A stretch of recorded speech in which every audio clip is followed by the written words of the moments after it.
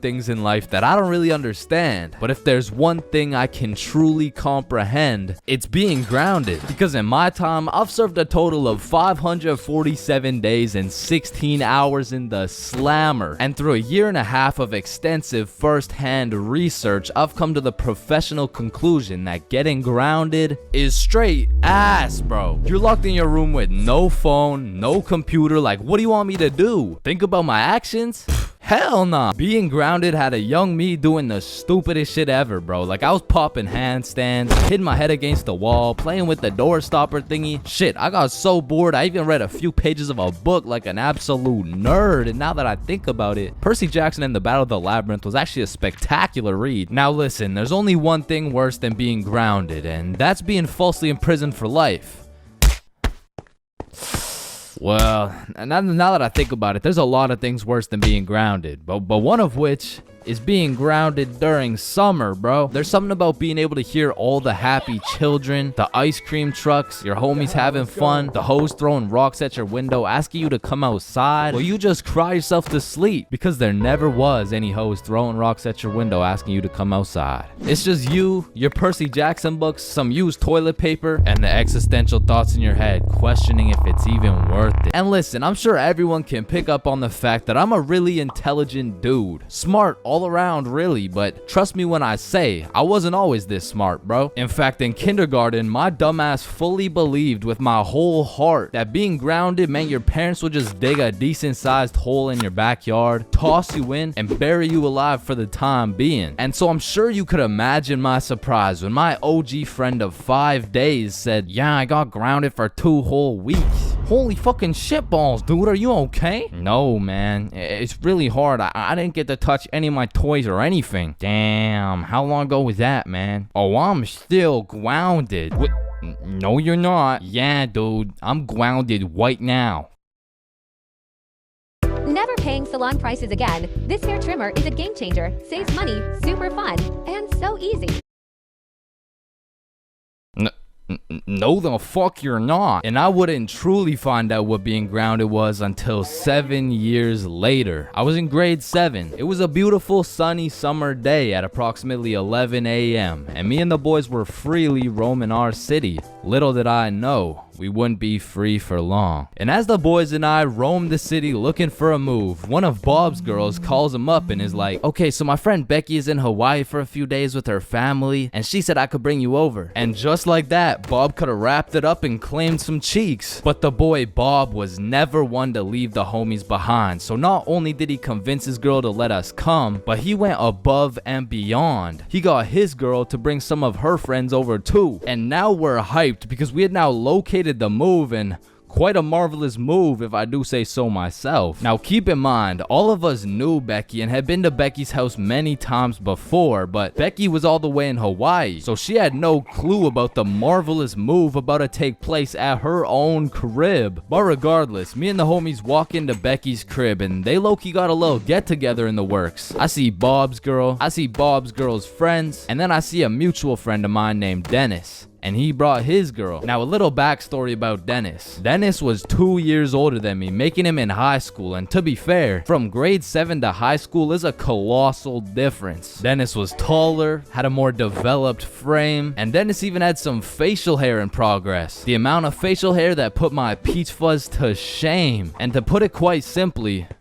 Dennis was a menace. But regardless, that's my homie's homie, so I walk up and dap him up. And then everyone heads over to Becky's room. Now keep in mind, Becky had simply invited Bob and Bob's girl to come over, and somehow we ended up being 8 people deep in that joint. And so that means technically the other 6 of us were straight trespassing. So we were all chilling in Becky's room, chopping it up for a good hour and a half until eventually people start exploring her house. Now in Becky's room, it was just me, Bob, Bob's girl, and Bob's girl's friend named Lily. And so we're all just talking until I hear someone yell from the room down the hall, "Yo, Chains, get in here right now!" And I don't know exactly what I was expecting to see as I walked into that bathroom, but it was absolutely not seeing Dennis drop a condom filled with water on Billy's head. And of course I laughed because that's comedy gold right there, but it also made me realize maybe we shouldn't be here dropping condoms on each other's heads. But Who was I to tell Dennis what to do? He had facial hair, so he was practically a grown man to my standards. So I just turned around, went back to the room, and continued chilling with Bob. And as we talked, the music progressively got louder and Dennis progressively became more of a menace. And it had got to the point where the speakers were booming and Dennis was lobbing condom water balloons off Becky's balcony. And then one time, Dennis either almost hit or just missed Becky's neighbor with one of these condom water balloons. So this grown man looks down at a condom that seems to have fell from the heavens. Then he looks up and sees Dennis scrambling inside the Becky's crib with the speakers blasting music. And then he continued on his way. And we were all just having a fantastic time in Becky's room until we hear the downstairs door swing open. And we all absolutely shit our pants and run onto the balcony. Hey,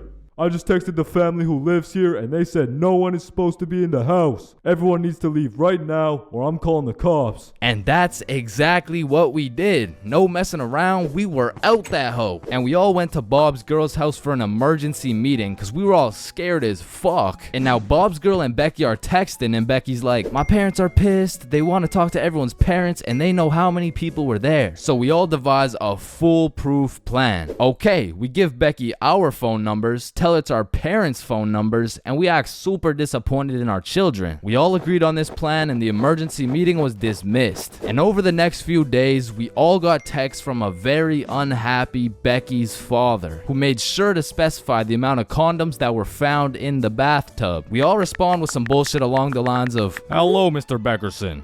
I'm very sorry to hear about the inconsiderate acts of Chains and how he's invaded your home. Rest assured, Chains will feel the wrath of this thick leather belt as it repeatedly beats against his cheeks to discipline him for his heinous actions. Thank you for bringing this to my attention. But come to find out, Lily's dumbass responded with some shit like, Dear Mr. Beckerson, thank you for letting me know, but Lily did nothing wrong as she didn't know she wasn't allowed there. Plus, she didn't even make a mess or anything, on God. Put some respect on my daughter's name. Period. And just like that, our foolproof plan got fucked. And Becky's father texted each of us saying, You are coming to the house at 3:15 p.m. today or I'm calling the cops. And shit, looking back, Becky's father was most definitely bluffing. Like, say I didn't go, what was he gonna tell the cops? 911, what's your emergency? Hey, there was 8 kids who invaded my home 3 days ago. Okay, sir, did they break in? No, no. My daughter gave them the key. Sir, why the fuck are you calling 911? There was condoms in the bathtub. But like I said, I wasn't very smart and I didn't have the brain capacity to think that far ahead. So everyone shows up to the house and Becky's father sits us down and makes each of us individually call our parents and explain what we had done. And I went first. Hey mom, so I went to Becky's house the other day, but she was in Hawaii and I wasn't really invited. There was condoms in the bathtub. Needless to say, we all got our shit whooped and I received my very first grounding with a sentence of 1 month in the slammer.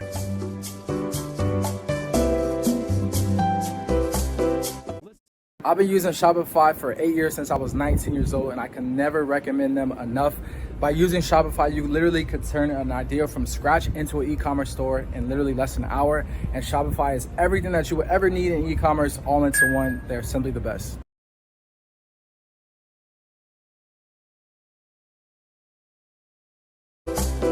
Listen, bro, in this world, there's levels to clout. You could get yourself some Instagram followers. You could stack up a few bands. You could even be famous, but there's only one spot in life that is superior to the rest. A spot so glorious and sought after that they are idolized like no other. It's me, I've got the infinite money glitch. Come on, Jimmy, you know it's me. I need a max win. Man, shut the fuck up, Drizzy. I'm literally Kanye West. Nah, but I'm the top G. All right, little bro, let's go band for band then. It's me. But I'm the fastest kid in my school. Bro, I don't know who decided speed would be the deciding factor for who's the king of the school, but all I'ma say is that motherfucker's the GOAT, bro, because I was the fastest kid in my school. I was clapping everyone in races, I was breaking track records, and I had all the 9-year-old baddies, man. I wish I could still pull like that.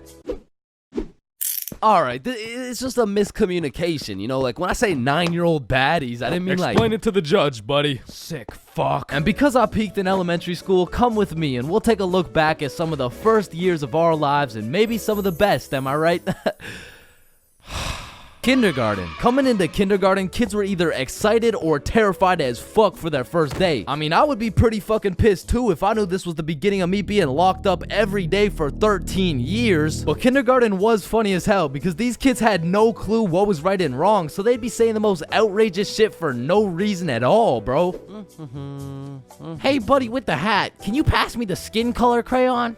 I mean, at this age, kids were just walking NPCs, and I can't even blame them. I mean, they haven't developed consciousness yet, bro. Like, at this age, recess consisted of catching bugs, playing on the monkey bars, and fucking eating sand. And I've talked about the high school bathrooms and all the wild shit that happens in there, but to be honest, the elementary school bathrooms blow that shit out the water, bro. Because these kids aren't hitting vape tricks, no, they're hitting toilet trick shots, trying to set some world record for the farthest piss taken from the toilet. And let's just say even Stephen Curry couldn't splash that 3-pointer, so essentially, motherfuckers was just pissing on the ground. Like, you need to walk into that bathroom 110% alert, or else the next thing you know, you're getting that R. Kelly treatment, bro. And I remember my kindergarten had those green, yellow, and red cards to show how good you were that day, but there was always that one kid with the permanent red. I'm talking the teacher didn't even bother to change his shit the next day, because everyone knows as soon as he walks into class, he's doing some fuck shit. For me, it was this kid we'll call Dennis, because he was a menace, bro. He was always loud, always throwing shit, but besides being a menace, he was also a truth speaker, a fact spitter, for better or for worse, because this little guy had no filter. Okay, Leah, you're up first for our show and tell.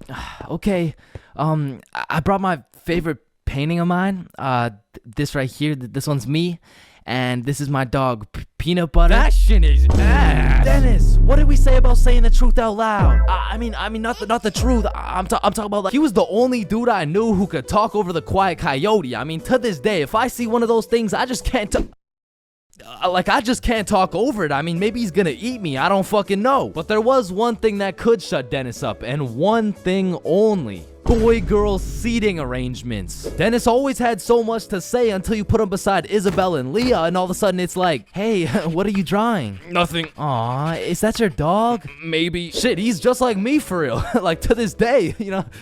Oh shit. And then we go outside for lunch, and don't get me wrong, eating sand for fun was great and all, but as kids got older, everyone started to play games, some of which consisted of tag, manhunt, soccer, basketball, grounders, red ass, kickball, jump rope, tetherball, and what is possibly the most goated game of all time, Foursquare. This game was legendary, bro, but this shit used to get heated as fuck. I mean, kids were making truces, making whole clans, and that right there was real beef. Like, if you caught the ops lacking at nap time, it was on sight, bro. Psst, what? Oh, no, wait. You're a poopy head. But man, crushes were everything in elementary school. Like, if you told anyone you had the smallest crush on a girl, word's getting out fast, and the entire class is gonna be organizing a wedding for tomorrow. But some kids just didn't use their words, like this one girl in my elementary school who most definitely had a crush on me. I mean, once again, I was the fastest kid in my elementary school, so...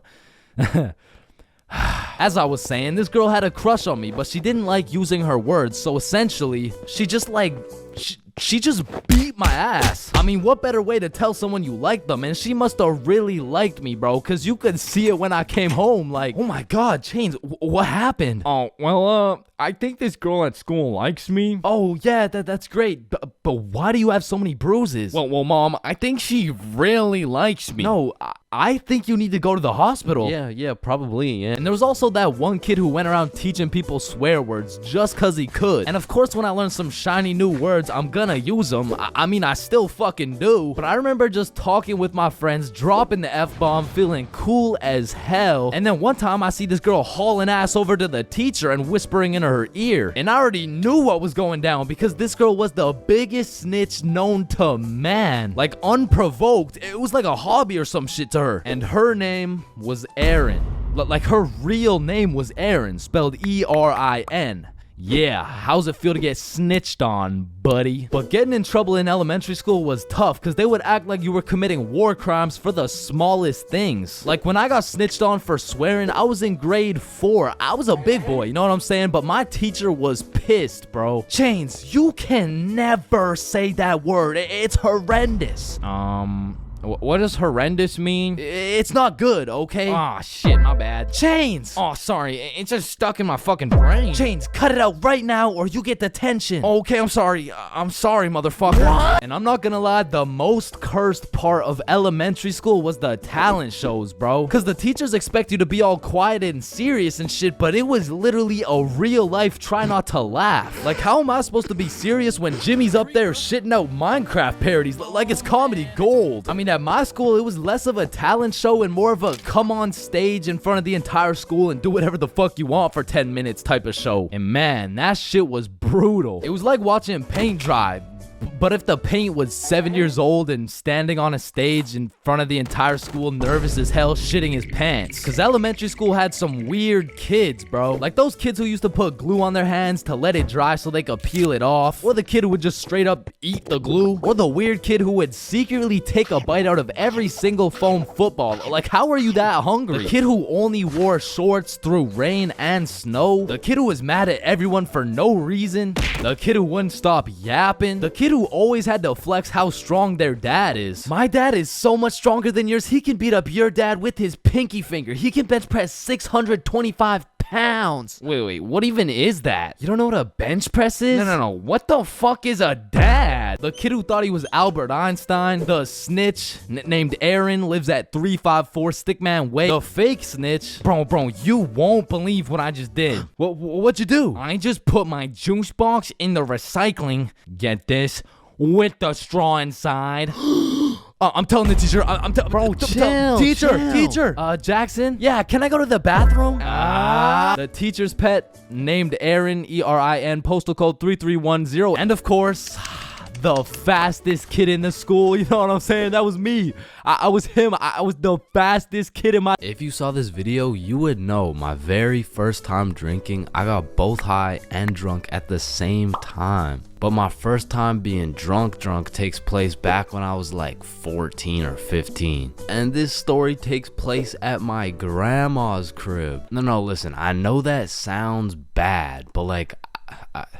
I mean, it's pretty bad. So the story starts with me and my brother pulling up to the family function. And right off the bat, we notice the Chill cousins are nowhere to be seen. So instantly we can tell it's gonna be a long night of engaging in conversations about school, sports, my lack of ability to pull bitches. And about 5 minutes after arriving, you know, I'm just doing some good old small talk. Oh, hey bud, how's school going? Oh, you know, it's going. And how's sports going? Yeah, the sports are good. Nice.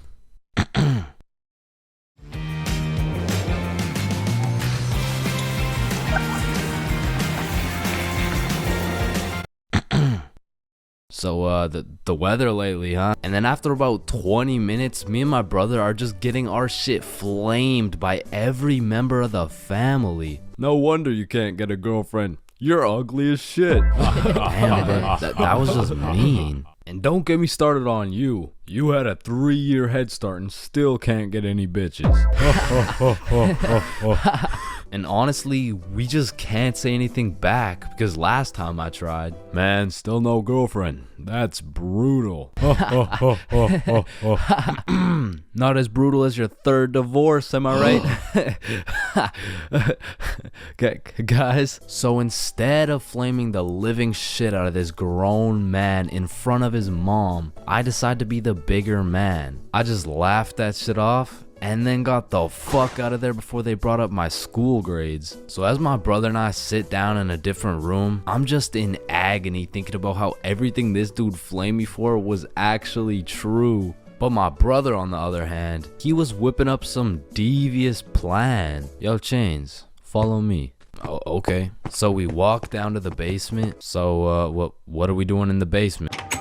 He opens a cupboard full of alcohol. Bro just cracks the seal on some vodka and starts downing that shit. Now, usually I would know this is a bad idea, but to be honest, I just got done getting my entire existence shit on by my own family. So I'm really just trying to drink my pain away at this point. I mean, we were passing that bottle drinking like rent was due and the wife was taking the kids. So with that being said, we got a little hammered. And keep in mind, this was my first time being drunk. So as soon as I stood up, I ate shit. It was like I had to relearn the controls of life. But we had to get out of the basement or else we'd look suspicious. So our drunk asses plug walked our way up the stairs. But we were trying to act as casual as possible. So we sit back down with the rest of the family like we didn't just down a bottle of vodka. And me and my bro were just sitting there looking at each other trying not to laugh. But the next thing I knew, this dude Uncle Jerry was back on my ass. Hey look, Dumb and Dumber are back. And at this point, I'm using every bone in my body not to end this man's whole career. Man, whose gene is it that made you so damn hideous? Don't do it, bro. Don't do it, bro. And I really didn't want to do him like that, but the vodka took control. It was your hideous gene, Gerald, but at least I didn't get the same gene that has you 5'2" and balding. Like, I can't tell if you're going through puberty or a midlife crisis. And shit, I didn't stop there. And Joe, I don't want to hear you talking. You're built like Baymax from Big Hero 6. What the fuck is Big Hero 6? Mom, I love you. Karen, sit down. Your mac and cheese tastes like ass. And Bob, you're literally a registered offender. Grandma, I love you. Bernard, your hairline looks like it's social distancing from your eyebrows. And Irene, how are you 47 and still work at McDonald's and you got no drip? Come on, bro. Friendly fire. Oh shit, you're right. My bad, my bad. Needless to say, I was handing out smoke to everybody. Something in that vodka turned me to a demon. And I guess since everyone was mad at me for dissing the entire family, they never knew I was drunk as hell. But in the end, I did feel really bad for roasting my entire family tree. But ever since that day, everybody stopped flaming me. So, it was worth it. Man, summer is just a beautiful season. The sun is shining, the trees are green, and you can stay out with your homies all night. And best of all, you get to sleep in till that shit gets absolutely fucked by the first day of school. And waking up to that first alarm of the school year will have you discombobulated as hell. Like, Chains, Square Doodle Mat Salami Mouse. What? You heard me, Square Doodle Mat Salami Mouse. Wait, huh? Really? Keytor's Claw Bosomorph. Man, what the fuck are you talking about? What the fuck? And even though getting out of bed early hurts your soul, it's absolutely necessary you spend at least 5 minutes staring at your wall, contemplating your entire life. And if you're a real G, you laid out your toughest fit the night before, so you're low-key hyped to rock that shit to school. So you throw on your new shoes and flick up for the first day of school. And then you walk over to the establishment where you will not only pursue your educational prowess, but you may also dabble in what some call stunting on these hoes. And man, I will say, linking up with your boys on the first day of school just hits different. Like, I be reuniting with the homies like I didn't just see them 12 hours ago. And we're all happy and shit until the school bell reminds me I just got my ass locked up for another 10 months. And I don't know about y'all, but I don't think I've ever made it to my first class of the year on time. Like, it'll be 9:15 and my dumbass will still be trying to figure out how to make it to room 347 by 8:55. And walking into your first class of the year late has to be one of the most uncomfortable situations you can experience, bro. Because the teacher will be like, oh, and who are you? Oh, I'm Chains. Well, Chains, why are you late? Because the bell rang before I got here. Alright, whatever. We waited for you before we started introductions. Oh, no, you shouldn't have. Well, you're welcome. We just wanted you to feel... No, like, you really shouldn't have. Like, I don't want to do this shit. And tell me why all these teachers have been copy-pasting the same icebreaker games since preschool. Like that one where you have to start with an adjective that starts with the same letter as your name. Like, how do you have a group of legal adults in a circle, awkward as hell, talking about, hi guys, I'm Super Sarah. Hey y'all. I'm Awesome Aiden, and I'm a... Sure, Jason Momoa has looks and style and charisma, but he doesn't have any shields right now.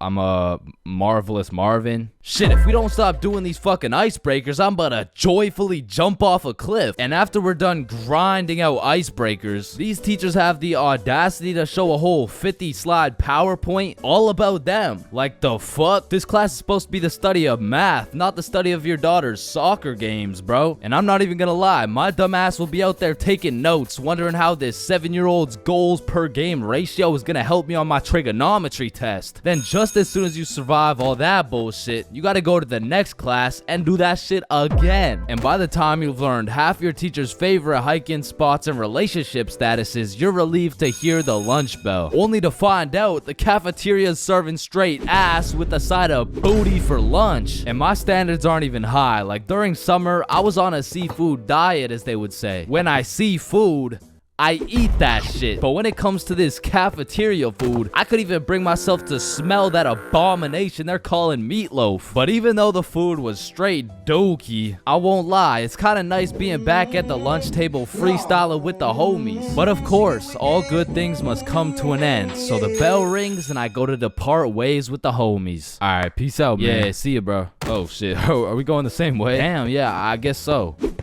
Alright, peace out for real. Yeah, see you, bro. Shit. Alright, my class is right here. Bro. Me too. Oh, shit. Let's go. Alright, class. I'm gonna be taking some attendance. Correct me if I get your name wrong. Jason. Here. Billy. Yo. Megan. Present. Chains. Here. Charlie. That's me. Bob. No fucking way. Is there any Bobs in the room? Yo, do you hear that? Is that intro music? Does anyone here know a Bob? Oh, man, nothing beats a class where you got all the boys sitting together. Like, from the jump, you already know you're all about to fail the fuck out of that shit, but it's gonna be fun as hell. Alright, so, everyone introduce yourselves and tell us what you did over summer break. My name's Bartholomew. My name's Bartholomew, and I'm not gonna lie to you guys, I had a pretty rough summer. I mean, I crashed my car, my girlfriend broke up with me, someone robbed my house, my grandma got jumped the other day. No, bro, not the grandma. You three in the back. Disrespectful. And what's crazy about the first day of the school year is how these teachers will act all nice, talking about, it's so lovely to see all your beautiful faces, and it's also nice to see you, Aiden. Wait, what the fuck? We're gonna have an amazing, fun year, and guess what? There's no homework today. Knowing damn well they're about to make up for it with twice as much homework tomorrow. Like, they'll for real be handing out kindergarten-ass coloring sheets the first day, and then tomorrow you're getting your ass whooped by some calculus worksheets. And I didn't even talk about the motherfuckers you'll be seeing in the halls on the first day. Like, I don't know what these dudes be going through in those 2 months, but motherfuckers be going from Arthur Kennedy to AK real fast, bro. Oh shit, is that you, Arthur? Whoa, G, don't be dropping the government name like that. Government name? But that's just your first name. Hey fam, it's AK. Aye, man, what you been up to, bro? Hey fam, I'm trapping, trying to make it out of the mud, you know? The mud?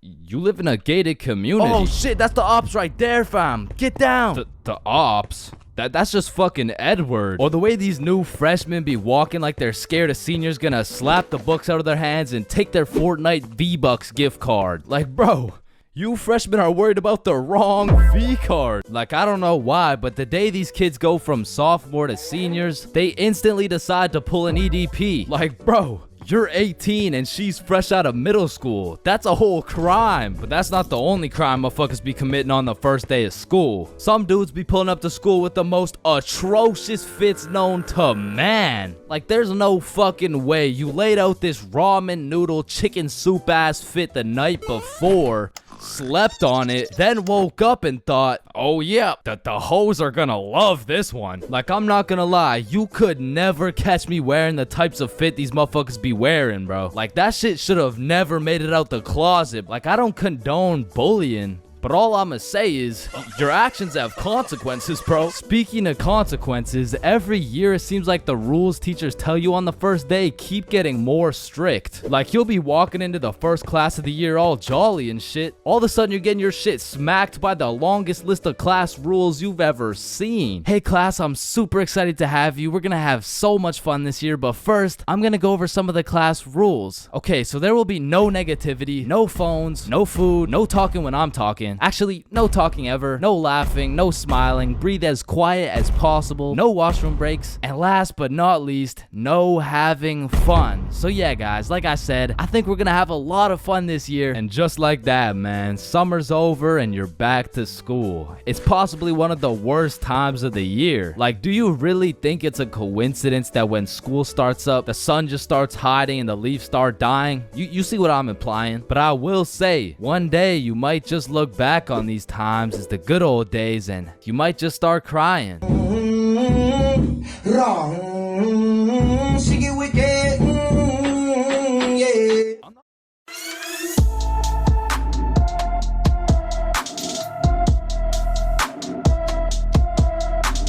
Uber Eats, food delivery.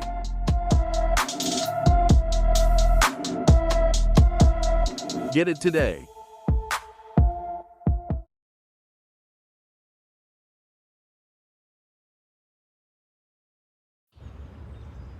Ten out of 10 friends say you have to go to that wing place, and that pizza shop, and oh, that noodle spot, which you have time for 0 out of 10 nights.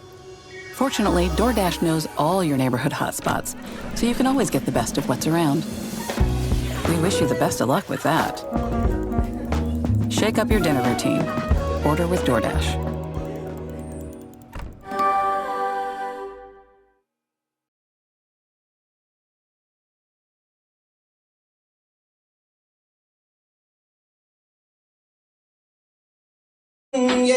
I'm not gonna lie, I think everybody wants to be cool. Like, being cool is just like it's just cool, bro. Like, there's nothing like it. And I know some of y'all are thinking, Chains, with all due respect, bro, how do you know what it's like to be cool? And my answer to that is just look at me, bro. I fucking don't, okay? But I do know someone who is cool. He's a certified cool guy, and his name is Bob. Now, what makes Bob so cool? Is it the sunglasses? Is it the sexy ass face? No. Tell him the answer, Bob. He doesn't talk. The answer is Bob doesn't talk. And a crucial role in being cool is the element of mystery. Now, it's interesting because if we take a look at Jake over here, Jake doesn't talk either, and I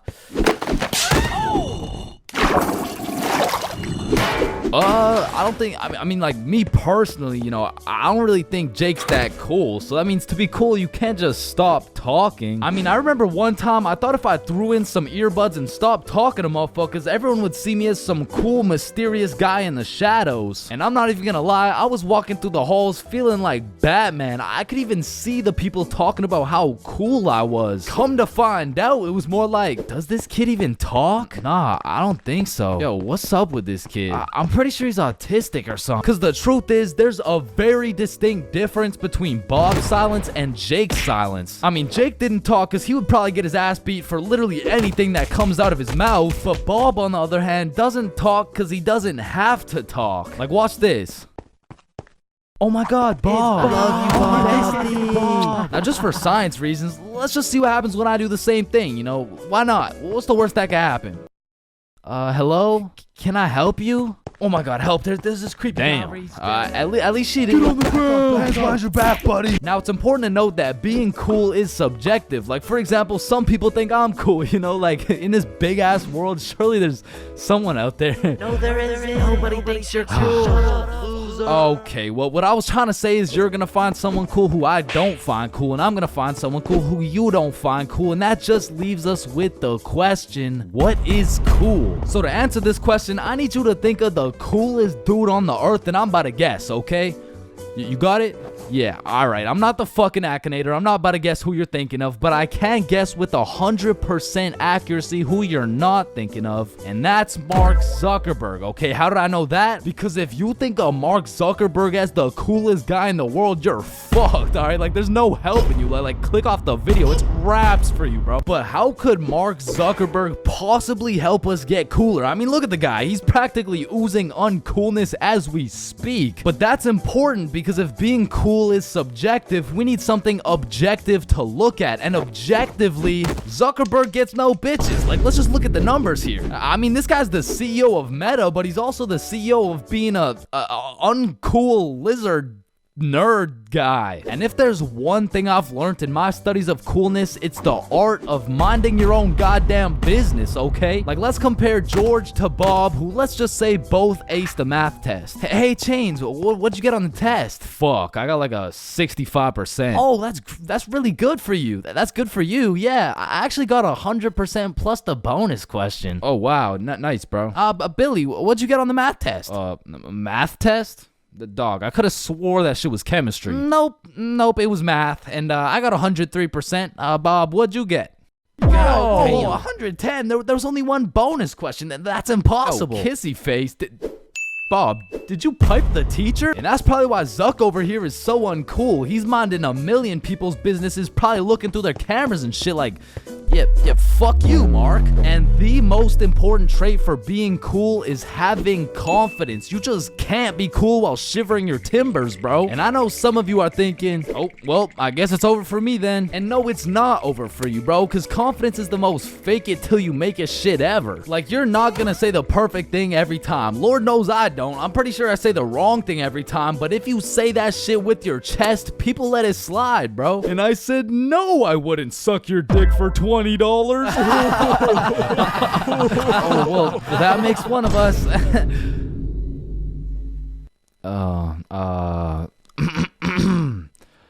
Well, that makes one of us. I love this guy. Now, that's the type of confidence that's gonna take you from a level 1 crook to a level 100 mafia boss. And with that power comes responsibility. Some dudes will become a level 100 mafia boss and start picking on other people because it makes them feel powerful. But a cool guy doesn't yearn for power. He yearns for... fuck, what do you yearn for, bruh? Damn, he's so cool. Now, being cool comes along with being calm and collected. Like, if someone walked up to you trying to fight and you started running away screaming for your life, I don't think anyone's looking at you like, damn, that's one cool-ass motherfucker, bro. Yeah, bro, the way he hit that high note was cool as hell. Shit, maybe I could be like him someday. Now, I'm not saying you gotta go all Jackie Chan on the guy, but you do gotta stay calm and think logically. Like, let's see how cool you are. What would you do in this situation? A, strike first, strike hard, no mercy. B, just walk away. C, give him a little kiss on the forehead. Or D, do the stanky leg. And the correct answer is any of the above, bro, because it's not about what you do, it's about how cool you do it. Except maybe the stanky leg one. I don't think anybody can look cool doing the stanky leg. But doing any of the other options, you could look cool as hell. Like, A, strike first, strike hard. Boom, one punch knockout. That's cold. But if you throw first, miss, eat shit, not cool. B, walking away. You're cool as hell, unfazed. Unless you get jumped from behind and get your ass beat. Not cool. C, give him a little kiss on the forehead. Assert your dominance. You pretty much just made him your son. But if you miss... This giant pencil isn't just for show. It actually writes and erases. Perfect for teachers, artists, or anyone who loves a good laugh. The world's biggest pencil is the ultimate fun gift and comes in a classic yellow and wood design with a bright red eraser. Get yours now for under $8. Shop smart. Shop now on TikTok.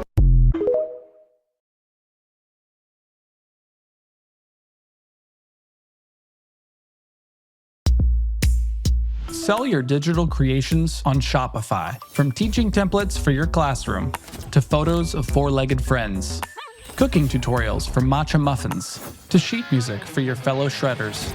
You can create once, deliver instantly, and sell forever. Get started today with Shopify.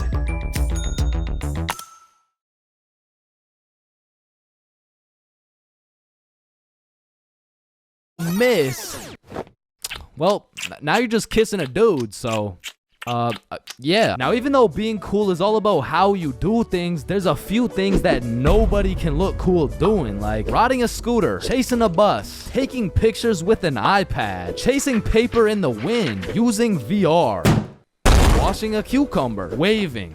You look nerdy as fuck, eating a cupcake, tripping, getting out of a restaurant booth, pickleball, and literally anything to do with Starbucks. Hi, can I get a caramel ribbon crunch frappuccino with 2 extra pumps of vanilla and the You're soy? not cool, bro. What? Now let's take it back to the element of mystery for a second, because this is the step that will either have people seeing you as a cool ass dude, or they'll just assume you're shy or possibly on the spectrum, bro. Listen, you gotta talk, bro, or else people have nothing to go off of and they'll start filling in the blanks themselves. Whoa, wait, so I gotta talk to be cool? Yo, Chains, what do I say? Whatever the fuck you want, bro. Oh, wait, really? Yeah, bro, the truth is the key to being cool is being yourself. And I know that shit sounds corny, and it is, but do you think the coolest dudes on earth give a single fuck about what you think? Hell nah. They're way too busy being cool, bro. You gotta be like a peach, man. Some people hate peaches, some people love peaches, but at the end of the day, the peach is gonna be a peach. So here, take these sunglasses, and if you haven't heard it today, you're a cool ass dude, bro.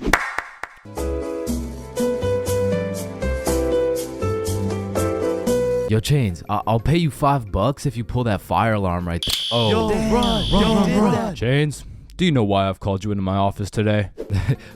No. You see, that little stunt you pulled has led you to a 1-week suspension. God damn it.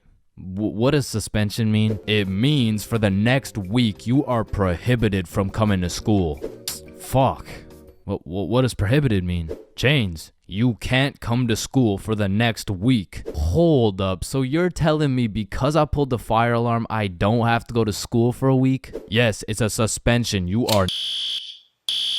Man, I got a love-hate relationship when it comes to getting suspended from school. Like, on one hand, shit, you just don't have to go to school. But on the other hand... Suspended? Oh, I'm about to suspend that ass. Ah, fuck.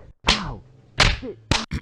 Alright, I don't recommend getting suspended. That shit is not worth it. But how do I know? This story dates way back to grade 7. It was a cold winter day at Stickman Middle School. In fact, it was freezing cold, and this gave Billy a great idea. Yo, the pond behind the school is frozen. Let's go fuck around on it. Oh, I'm down. Okay, bet. So after school, we got a group of 5 homies, and we headed over to the frozen pond. Now, to paint the picture, behind Stickman Middle School was Stickman Elementary School, and behind Stickman Elementary School was this frozen pond, meaning we had to walk through Stickman Elementary School to get to this pond. But nonetheless, we walk up to the pond and instantly I see this big red sign that says, "Hazard, do not step on ice." Guys, the sign says do not step on ice. Man, fuck the sign. Watch this. Oh shit, look, it's sturdy as fuck. Yo, fuck. And even though Billy's dumbass fell in, the ice was actually pretty sturdy. So you know, we're gliding around, eating shit, hitting the meanest ballerina spins you've ever seen, and eating shit. And we were having some good old harmless fun. In fact, our grade 7 selves were having the time of our lives on this frozen water. That is until... Oh, what do you guys think you're doing? We were just walking on the ice. Did you guys not see the sign? What sign? I could have swore I put a sign right here. Nope, no sign at all. There was no sign. I have no clue what you're talking about. Okay, but you guys have to get off the ice. Well, why? Nobody's getting hurt. Yeah, we're safe. Okay, it's your choice. You're gonna regret this. So we continued with our ice skating antics for approximately 10 more minutes. Until the same lady came back up to the pond, but this time she was equipped with a Sony Alpha A7 mirrorless digital camera with the extendo lens. In other words, she was quite literally about to catch us in 4K. But at least she doesn't know what school we go to. Hey, what school do you guys go to? Not Stickman Middle School. Absolutely not. No, definitely not. Fuck, she knows. We had to think quick. How are we gonna smoothly get out of this situation without getting in trouble? So we called a boys' emergency meeting. We huddled up and discussed our best plans to get out of this situation. And after combining all of our genius grade 7 brains, we made the ultimate plan. If we started mooning the camera, it would then be illegal for her to take pictures of our middle school cheeks. I don't know how this became our best option, but regardless, we put the plan in motion. I mean, me personally, I got a little shy and kept my pants up, but some of the boys were out there going crazy, looking more caked up than Summer Rae. And after a little while, the lady must have decided it wasn't a great look to have a camera pointed at some 12-year-old cheeks, and she left. Which means the plan had worked flawlessly. Now the next day at school, I had completely forgot about it, to be honest. But strangely enough, while I was sitting in math class, I hear the little class phone start ringing. Hello? Oh yes, he's here. Oh, okay. Yeah, I'll send him your way. Thank you.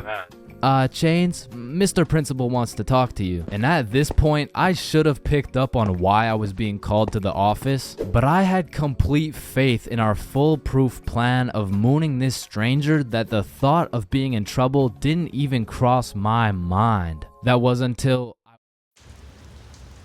Do you need groceries? Yes. Does your family agree on which groceries? No. We all like different things, and that's okay. You just need a platform that makes ordering easy. Thankfully, there's DoorDash, with your go-to grocery stores delivered on your time. All kinds of stores and items, all on DoorDash.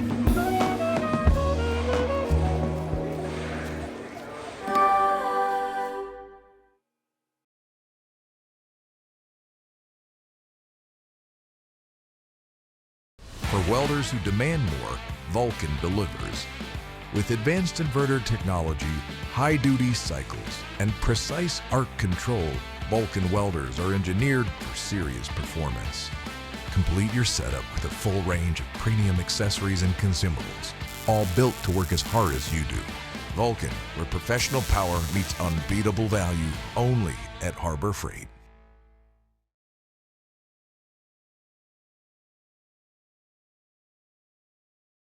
That was until I walked into the office to see every single one of the boys sitting in Mr. Principal's office. But mama didn't raise a snitch, so we started capping our asses off. So, what did you guys do after school yesterday? Nothing. I played Fortnite. I was doing a homework. Don't play stupid with me. I got a call from Mrs. Principal over at Stickman Elementary. So tell me, what were you doing on the pond yesterday? I wasn't there. It wasn't us. I don't know what you're talking about. I don't even know what a pond is. I see. Well, I've got evidence. And as he shows us this undeniable evidence, you can see this dude Billy's cheeks in the corner of one of the pictures. So I slowly look over at Billy, and he looks over at me.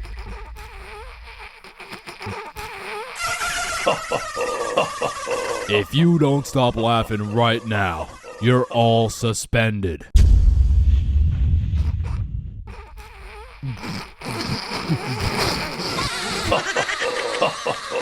That's it. You're all suspended. And as I explained the situation to my mom, let's just say Mama Chains was not happy.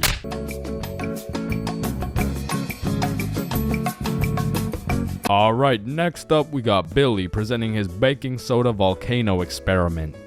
Hey guys, how we doing? Alright, so you see if I put a solid amount of baking soda in here and then a little bit of vinegar here. It's supposed to explode. Oh, fuck! Quickly, Organize a single file line in alphabetical order. Hey, I'm first. No, you're not, bro. I'm first. Your last name is literally Johnson. I have 2 last names. Listen, bro, I'm not saying we shouldn't have school drills and all, but what I am saying is the school drills we do have are straight bullshit. Like, if there was a fire in my class, I'm jumping straight out the window. The fuck? There is no way you'll catch me waiting for Alexander and Arnold to debate who's first in line while I'm out here getting sauteed. And shit, fire drills aren't even close to being the worst of the drills, cause we got lockdown drills. Now, I don't know who planned out these drills, but goddamn, these drills are ass. Now, if you never had lockdown drills, they're pretty much a foolproof plan set in place to completely counter anyone pulling up to school with a strap. You see, the plan is pretty simple. You lock the door, gather all the students into the corner of the class, and you turn the lights out. And the reason we turn the lights out is so we can politely tell the intruder that nobody's home. Now, if every classroom followed these steps perfectly, we might even be able to convince the dude that it's a pro D-Day or something. Now listen, I hate to be the bearer of bad news, I really do, but there's one minor flaw in this plan. The shooter's in the class, bruh. You're out here telling the opposition your exact game plan, then you're surprised when bro pulls up to the hiding spot? Like shit, it's just easy pickings at this point. Now, earthquake drills, man. The game plan here is to essentially hop under your desk and start counting. Now, when I was in kindergarten, I thought this whole earthquake drill thing was a fun game we played to learn how to count. But 12 years later, we were still counting. Like, let's be honest. What the fuck is counting gonna do? Are you telling the earthquake how long it has to dismantle the school? Cause I'm pretty sure it doesn't give a shit how long it takes. Me personally, I feel like the best way to see if an earthquake is over is by observing whether or not the entire fucking building is shaking. But listen, I will say this, out of all the drills, the earthquake drill is pretty valid. Like, whoever thought of this one was kinda cooking. I mean, these desks are pretty much made out of steel, bro. Like, out of all my years, I've never seen one break before, so it probably provides some solid protection. But shit, me personally, I'm still jumping through the fucking window, bruh. I don't care how many times I practice crouching under my desk. If I ever felt the slightest shake in the ground, I'm out of that hole. So if you carry the 674 to the power of 2 over to the 47, you will find— oh shit. Well, why did Change just dive out of the window? Shit, I don't know. Now I'm gonna keep it a stack. I've never done a single tornado drill in my life. So after doing some quick research, it looks like you just, you do this. Now I don't know shit about tornadoes, but what I do know is that I'm not gonna be doing this shit. Like, I'm no scientist, but I don't think the doggy position is gonna stop the tornado from packing you up. So to be honest, once again, I'm jumping out the fucking window, bro. Like, that's just my default reaction. And if that tornado ends up putting me on a t-shirt, then so be it. At least the last position I was in before I died was not the face down, cheeks up pose. But bro, imagine being the kid who poorly timed his piss and now the fire alarm's going off midstream. And you don't even get to know if it's a drill or not. Then there's the whole do you wash your hands dilemma, right? Cause you don't want to get trapped in the fire and fucking die, but on the other hand, you don't want to just not wash your hands. Because if it's a drill, then you're just left with dirty ass hands. And while you're trying to decide whether to wash your hands or not, the class is outside taking attendance like Rosalina. Here. Jared. Here. Chains. Chains? Oh, fuck. Where did Chains go? I don't know, bruh. Shit. Oh, no. I was just in the bathroom. Woo. Oh, you scared me there for a second. Wait, did you wash your hands? No. I was in a little bit of a rush. Get back in there and wash your hands, buddy.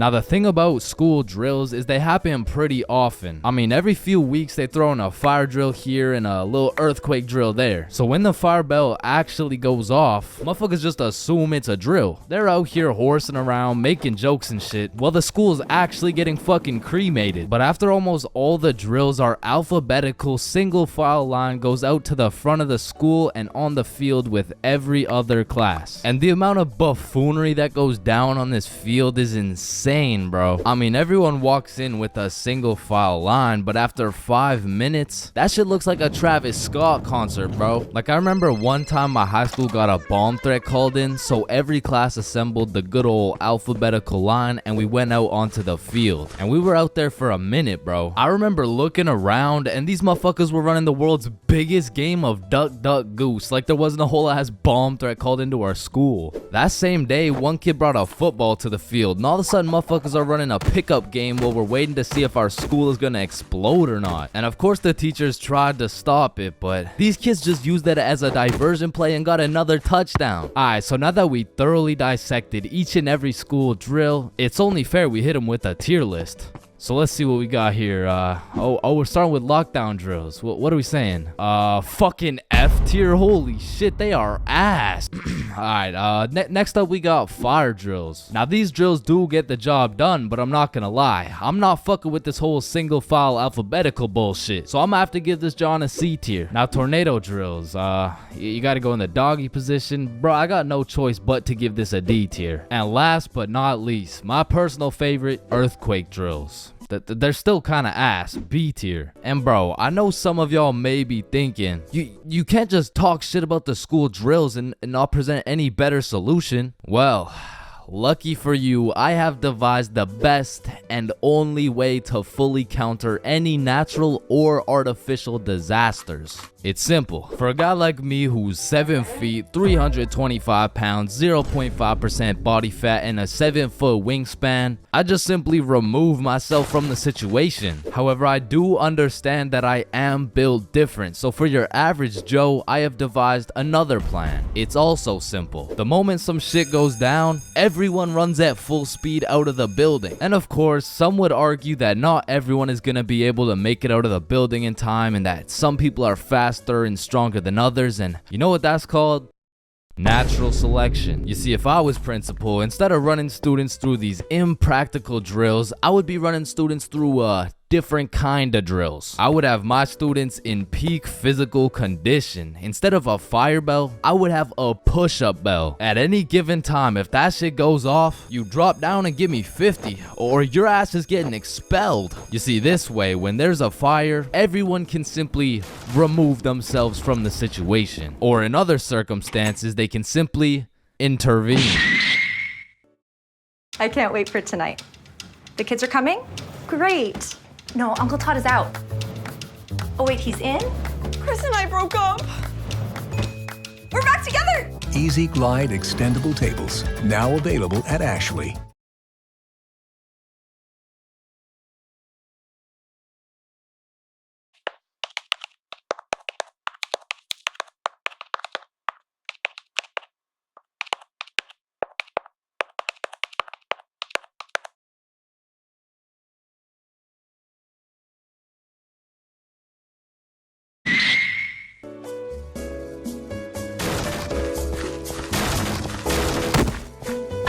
Five, 4, 3, 2, 1. Happy New Year! Oh my god. Yeah, let's go.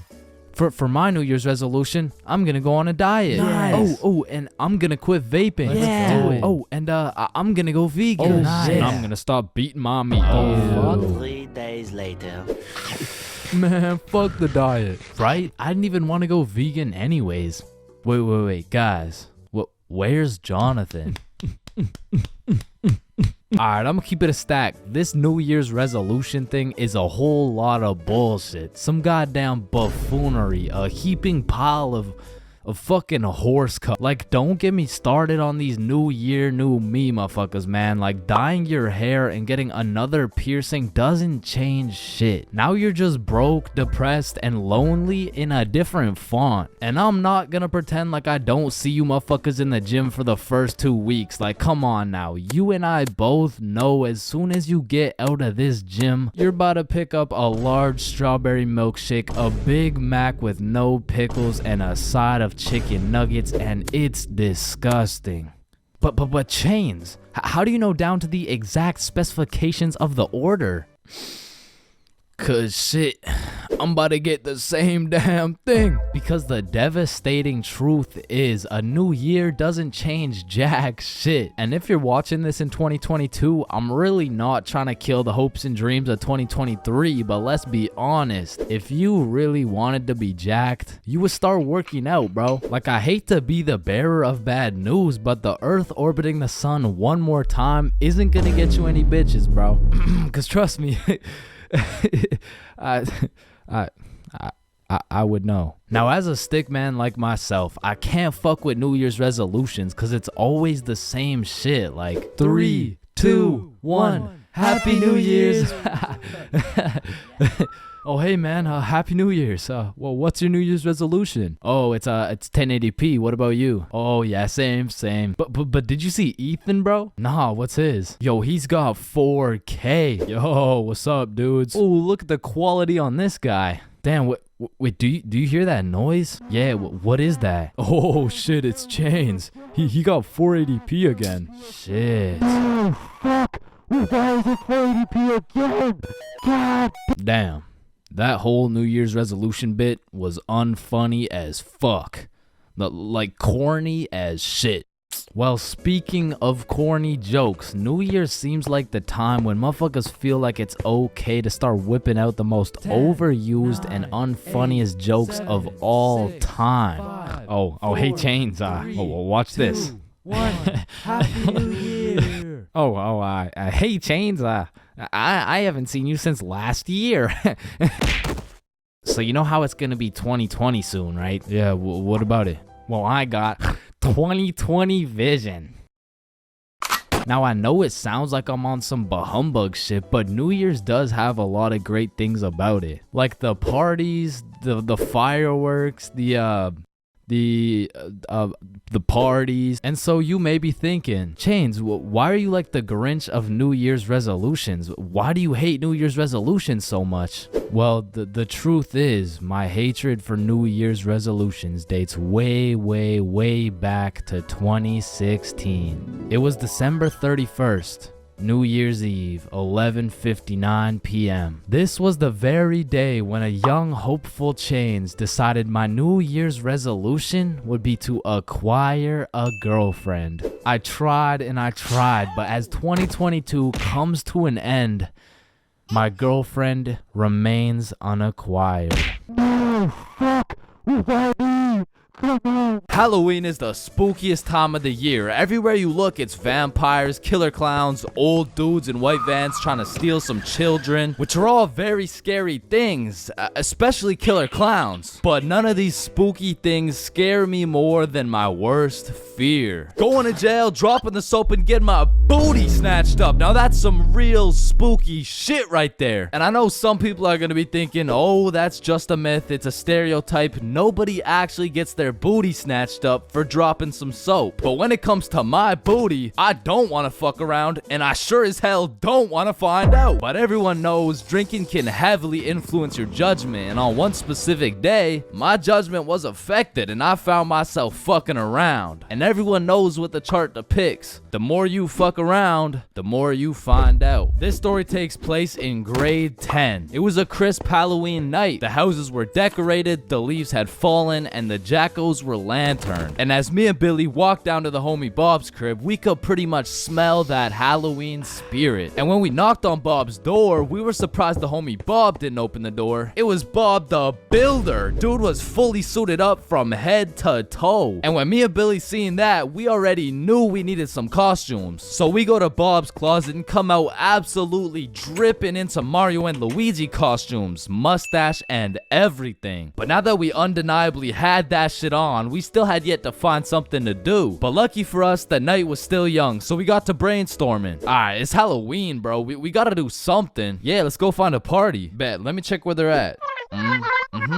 Okay. Yeah, there's no parties, bro. Fuck. I mean, we could trick or treat. Shit, we might have to, bro. And just as 3 15-year-olds decided we would knock on strangers' doors asking for candy, our Halloween was looking grim. And not in a good way. But you know what they say. Can we fix it? Yes, we can. Because Bob pulls through and sets up a goddamn 3-man mission. And just like that, Halloween goes from an L to a W night. And I thought the homies and I couldn't get more hype, that is, until Bob pulls out a bottle of Hennessy. And you would have thought Peach took the kids the way I was abusing that bottle. And we passed it around until we were all tipsy. Then we started walking to Chloe's house for the little Halloween 3-man. And it was already 9 p.m. at this point, so we're walking through the neighborhood admiring these decorations when we see the creepiest house of them all. It was Chloe's crib. So we walked through a whole graveyard just to knock on the door. And Chloe opens it looking like a whole angel. I mean like literally, like she had the halo and the wings and shit. So we go up to her room where her 2 friends Lucy and Mia were, and we sit on her bed. And I'm not gonna lie, it was a little awkward, bro. I was sitting there with my Mario fit, my little mustache, like, so, Chloe, why'd you choose to be an angel? I don't know. I just liked it. Why'd you choose to be Mario? Shit, you know, Mamma Mia, am I right?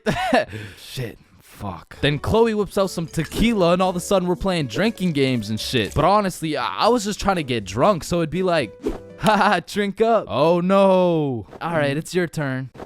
Wait, you're supposed to get it in my cup. What the fuck? And after purposely selling multiple games of tequila pong, I was feeling what some would call completely and utterly drunk as fuck. And next thing I know, we're playing spin the bottle. And I was up, so I spin the bottle and it spins and spins and lands on Chloe. And in my head, I'm thinking, and just as Mario's about to get some peaches, we hear the door open downstairs and Chloe's like, oh shit, my parents are home, hide. So me and the homies run into her closet with a bottle of tequila and we can hear her dad come into the room. Hey, what's going on up here? Oh, you know, we're just watching scary movies. All right, I'll be downstairs watching TV. Let me know if you need anything. Thanks, Dad. And once her dad went downstairs, we all came out of the we exited the closet and Chloe said, you guys gotta sneak out through the front door. Just be super quiet. And so we creep down the stairs and peek around the corner, and Chloe's parents are right there with a clear sight of the door. So we know what we have to do. We take a shot for good measure and then run to the door. And my drunk ass couldn't even figure out how to unlock this fucking door. Hey, who is that?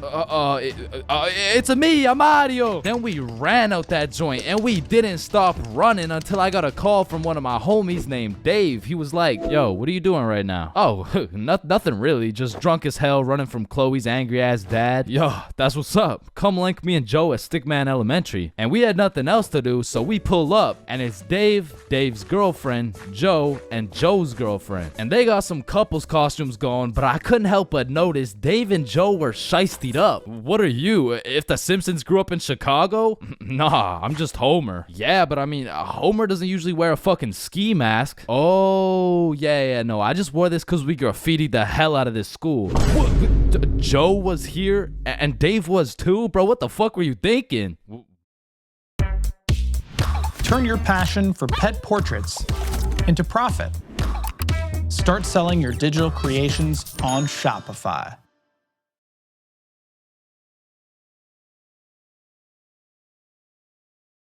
Get a taco to go plus a big Q for $2.99. Taco to go, taco to go, taco to taco to go, taco to go, taco to go, taco to go, taco to go, taco to go, and a big Q and a big Q. Taco to go, taco to go, taco to go, taco to go, and a big Q and a big Q. Taco to go. Get a big Q with any taco for just $2.99. Only at Quick Trip. QT, more than a taco.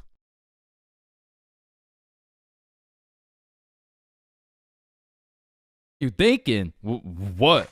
Oh, you want me to include your name too? No, hell no. And just as we become guilty by association, 4 cop cars come zooming down the street. Oh shit, it's the cops, run! And the cops hop out of their cars and start running at us with flashlights. So we head for the forest, but to get to the forest, we had to run across this long ass muddy field. And in the middle of this field, there was a huge pothole. And how did I know that? Because I seen Marge absolutely eat shit right in front of me. And don't get me wrong, I was absolutely plastered, but as the cops got closer and closer, I could practically see myself getting caught and dropping the soap, and you know I wasn't gonna let that happen. And so with all that adrenaline, I Mario jumped that fucking pothole and hauled ass into the forest. And right when you get into the forest, there was this deep creek with a log going across it. But when I look back, I see the cops' flashlight getting brighter and brighter, so I say fuck it and take a run at this log. I get a good 2 steps and then my drunk ass slips, boom, right into the muddy creek. But I don't have time to give a single fuck, so I run through this waist high muddy water, and then we regroup and check who made it. I see Bob, Joe, Dave, and Dave's girl. Yo, where the fuck is Billy? No, where's my girlfriend, bro? Oh, she ate shit a few yards back. Whoa, wait, what? Is she okay? Did she get caught? Wait, shut up, Billy's calling. Yo, where are you? I'm hiding behind a tree right now. In the middle of the field. The cops are looking for me. I bet we're coming. I gotta go. Fuck no, bro. If you go, you're gonna get caught. Listen, bro, I have to. He's the Luigi to my Mario. So I go back in to save Billy, and my main man Bob comes with me. So we get to the edge of the forest and see Billy absolutely shitting his pants trying to hide from these cops, but they keep getting closer and closer. So Bob turns on his flashlight and both cops look at him. He's right there. Get over here. And while the cops were looking for Bob, me and Billy both run for the street, and we ran and ran, but once we were at least 5 blocks away, we text Bob like, bro, we both made it, are you good? And Bob's like, so Bob makes it out of the forest and we all link up. And we take a moment to appreciate the fact that none of us went to jail, and more importantly, none of us got our booty snatched up. And after our moment of appreciation, we were like, yo, maybe we should have just went trick-or-treating. Yeah, bro, some Reese's Pieces would hit right now. I mean, it's not too late to buy some candy. So we all go to the store and cop the biggest packs of candy we could find. Then we walked back to Bob's crib and enjoyed the rest of our night while fucking up some Halloween candy. As a broke stick man like myself, I spent my fair share of time on the bus. And if you spend a long enough time on the bus, you will see some weird ass shit. I mean, I remember my first time getting on the bus by myself. I was feeling strong and independent. Next thing I know, a crackhead sits down beside me talking about yabba dabba doo. The world is ending and you're gonna die a painful and lonely death, buddy. And just like that, I went from strong and independent to shitting my pants. Yeah, bro, the bus is just something else. Like 1 in 10 people who enter the bus are straight gremlins, bro. I'm talking about the gremlins who know the perk is fake, but they still pop it. Now you just gotta sit next to this motherfucker for another 30 minutes while he tells you about the kids in his basement. But to be fair, these gremlins aren't even the worst part of the bus. The worst part of the bus is the energy. You walk in there and everyone just stops and looks at you like they're sizing you up or some shit. And you know who sizes you up the most? The fucking goddamn motherfucking bus driver, bro. These bus drivers are just eternally pissed off. Every time I would get off the bus, I would try and cheer bro up, but they're just like allergic to happiness or some shit. Hey, thank you. Have a great day, man. Shut your ugly ass up, little boy. I already know you get no bitches with your big ass forehead, no drip having ass with your skinny ass arms. Boy, you're built like a stick man, bruh. Damn. Hey, bro, there could really only be 2 reasons why these bus drivers are so mad all the time. Either they had a demon villain origin story where they were abandoned as a child and never shown any form of love until one day. In freshman year of high school, Timmy met Linda. Linda was kind, smart, beautiful, and she paid attention to Timmy when nobody else would. Timmy asked Linda to be his girlfriend, and she said yes. They dated all throughout high school, and they even got into the same university so they could be together forever. Until one day, when Timmy's world was flipped upside down. Timmy found out Tyrone had been laying some mean pipe on Linda this entire time. Everyone in Timmy's school made fun of him. Timmy could not let this slide. So he called out Tyrone to run the ones in front of the entire school. And without a single word, Tyrone winds up and hits Timmy with the Weekday mealtime. You need something fast and delicious and affordable. Hey, that new taco spot is on DoorDash. And it's in budget. Not bad for a Wednesday. Get great deals delivered.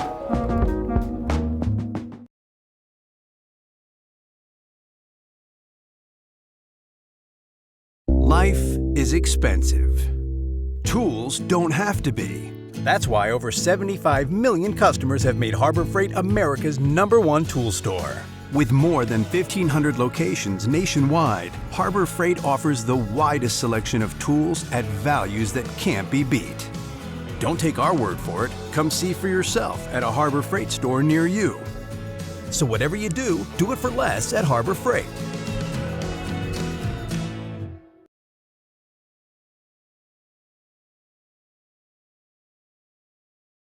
hits Timmy with the meanest left hook any stickman had ever seen, leaving Timmy slept out cold, unconscious, in front of his classmates, his teachers, and even in front of Linda. Cause shit, if that happened to me, I'd be just as mad as Timmy over here. Now, realistically, the only other reason these drivers are so constantly mad would be because the driver's seat secretly has a stick built in. You see, this would explain why the driver constantly has a stick up his ass. I mean, shit, you really can't even blame him for being mad. But still, I'm gonna blame them, cause I know these motherfuckers get pleasure whenever they see me running at full speed trying to make it to the bus stop in time, cause they start stepping on the gas.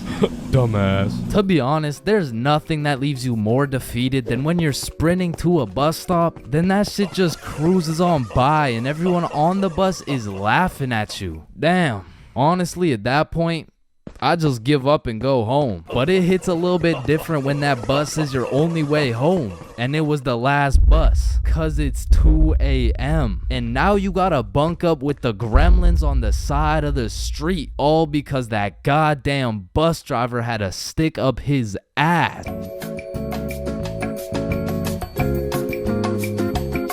Man, you could be the 47th president of the United States and you'd still get flamed in school. It's just inevitable. It could be your haircut, your clothes, and bro, even when there's nothing to roast, somebody's gonna try and spit out some bullshit anyways. Hey, yo, why does Carl's face look like Spider-Man's left nut? Yo, I can't see it. Why do you know what his nuts look like? And bro, when I was in middle school, all my clothes were hand-me-downs I got from my neighbor, and this motherfucker just didn't want to see me win, bro, because I was getting piles of V-neck shirts and jeans that didn't even fit. And not only did my neighbor have no drip, but dude was 10 years older than me, so every fit I made was just a decade too late. And pulling up to school and that shit had me feeling like a rotisserie chicken, the way I was getting cooked at a 360-degree angle, bruh. But my fit wasn't even the only thing that was outdated, because my phone looked like the first phone ever created. And it acted like it too. I mean, I would have to click the screen 5 times and then send a prayer to the heavens just to turn that shit on. And only real G's know the pain of having to whip out an old ass phone around someone else. Like, I remember this one time a girl came up to me and asked if she could add me on Snapchat, and when I gave her my phone, my shit crashed, bro. I think your phone just ran out of battery. Oh no, don't worry, sometimes you just gotta.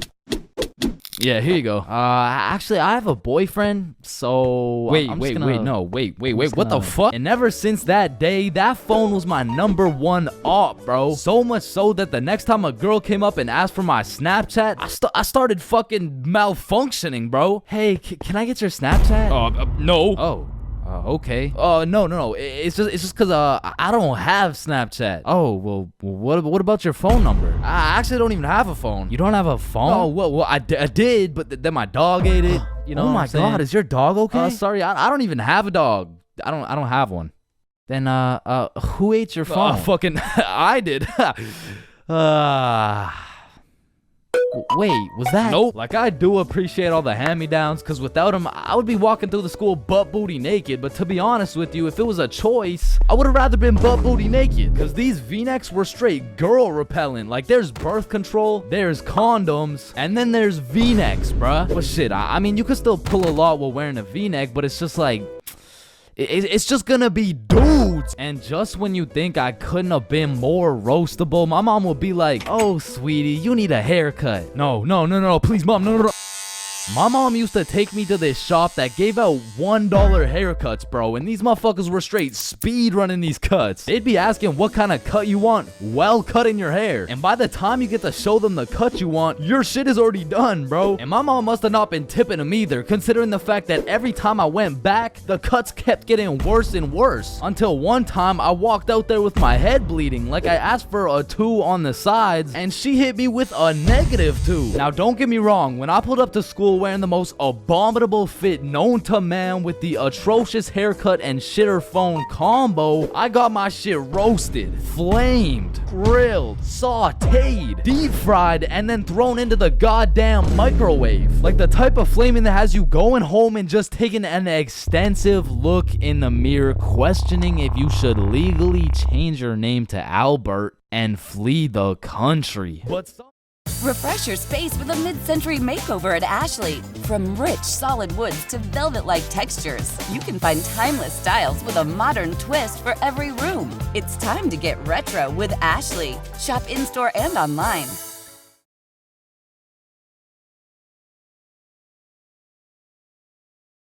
I didn't know nothing about credit, and that's kind of scary. Meet Francis. His story is so inspirational, we turned it into a book.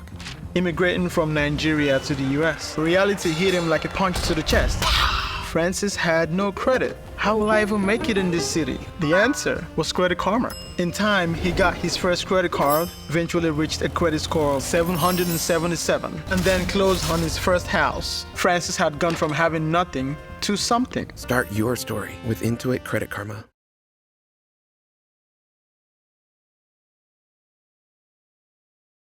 Country. But somehow, this motherfucker Carl got flamed even harder than me just for being Carl. Like, whenever a friend group is created, there's just one dude selected to be the punching bag for the entire group. And you know, I feel bad and shit, but like, it's better Carl than me, bro, so I'ma slip a few jabs in if I have to. Yo, what the fuck is Carl eating, bro? Oh, hell nah. Wait, whoa, Chains is eating the exact same thing. Nah, what?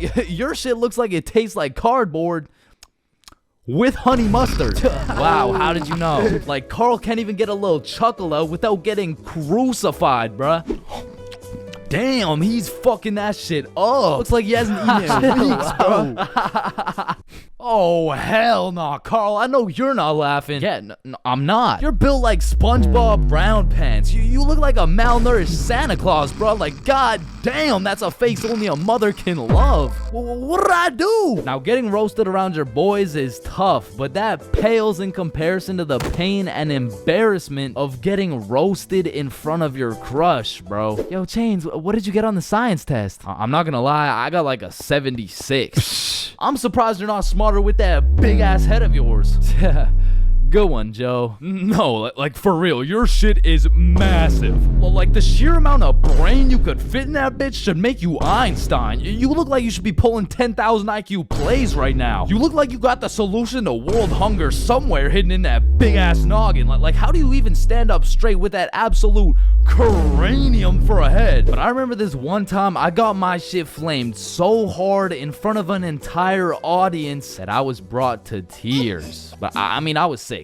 I was 6 years old, and the day was December 24th, Christmas Eve. So my mom brought me and my brother to this improv play, and as we sat and waited for the show to begin, this little elf walked up to us like, hey, do you guys want to be a part of the show? Yeah, let's do it. Okay, yeah, I'll do it. And once the show began, they called me and my brother up to the stage and asked us a very simple question. So, what do you guys want for Christmas? Oh, I want a Minecraft sword and a creeper stuffy. And, what about you, little man? And as I looked into that crowd with dead silence, my brain stopped braining, bro. Hey, don't worry, it can be anything. Shit.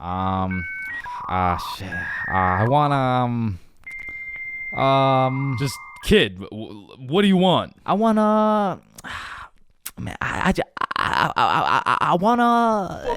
I don't really know what I want. Yo, who brought this fucking dumbass on stage, bro. Get the fuck out of here. Now I'm paraphrasing. I mean, I was 6. I don't remember exactly what he said, but that's what it felt like. And as we walked back to our seats, I was super embarrassed. But as the show started, it was actually pretty funny, and people had probably forgot about it by now. But 10 minutes into the show, a character walks on stage with some goofy ass buck teeth. Yo, this guy looks stupid as hell.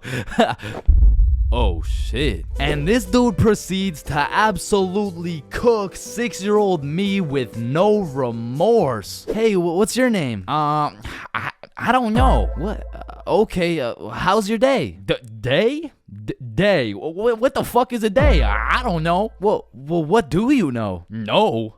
That's just it. I don't know. I just don't know. Shit, I don't think I know anything. And that shit had the whole audience laughing harder than ever. And as I looked around, my brother was laughing and even my mom was laughing. And it was this very moment that I had hit rock bottom. And at the age of 6, I realized I would be put on this earth simply to suffer. And it made me cry, bro. I cried in the middle of this theater.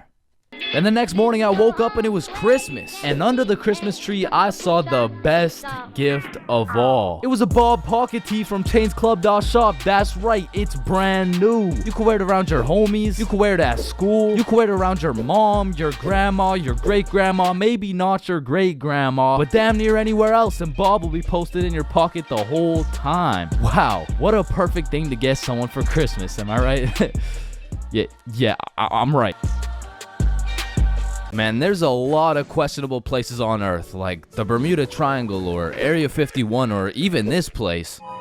But none of these places can compare to the questionability of high school. And so inevitably, there's some weird ass kids in that joint. Like, you gotta be careful who you talk to, bro, because you approach the wrong student and shit, you're getting cussed out by a pack of hyenas in social studies class. And usually I never care what other people do. Like, you do you know what I'm saying? But when I gotta sit through that shit for 6 hours a day, 5 days a week, shit, can you stop doing you for like 5 minutes, bro? And speaking of annoying kids, there's always that one kid in class who's constantly gargling on the teacher's meat. Like, we'll be finishing up the last class on a Friday, and of course the teacher's pet's gotta say some shit like, Mr. Cumminson, is there no homework for us to complete over the weekend? Well, no, believe it or not, I'd rather not spend my weekend marking your shitty ass little essay, so... Don't worry, Mr. Cumminson, I can help you mark essays all weekend long. Whoa. Isn't that against school policy? Well, what's against school policy? Riding Mr. Cumminson's dick with no license?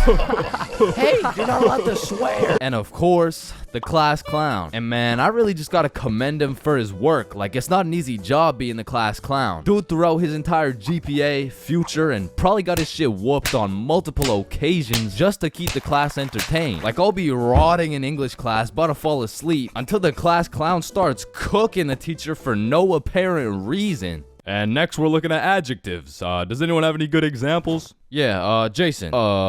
Bald as shit. Oh, well, no, that's actually 3 words. No, I wasn't even using an example. You're just so goddamn bald, it's distracting. Hey, you know what they say? The more hair I lose, the more head I get. Stop the cat. No. I don't think that's true, Mr. Clean, because you got more hair than you got hoes. And that says a lot with your Caillou looking ass. Just go to detention, man. And you know we got the Redditor, bro. Now, don't be deceived. Redditors can come in all shapes and sizes, especially the extra large size, and even the extra large size. But regardless, they all have the same programming encoded into their brains. They're either talking about a video game or they're quoting a meme, bro. And I got a little piece of advice to any Redditors out there. I don't care how funny that shit may be in your head. If you have to verbally describe what a meme looks like, for your sake, just don't say it, bro, because I promise you that joke will not hit. And next up we got Darren presenting a slideshow on Get a taco to go plus a big Q for $2.99. Taco to go, taco to go. Taco to go, taco to go. Taco to go, taco to go. And a big Q and a big Q. Taco to go, taco to go. On why Elon Musk is poggers? Whenever you're ready. me standing in front of the class waiting to present. You know that meme where Mike Wazowski is standing there in an awkward fashion with his hands by his side and he's got like 2 eyes.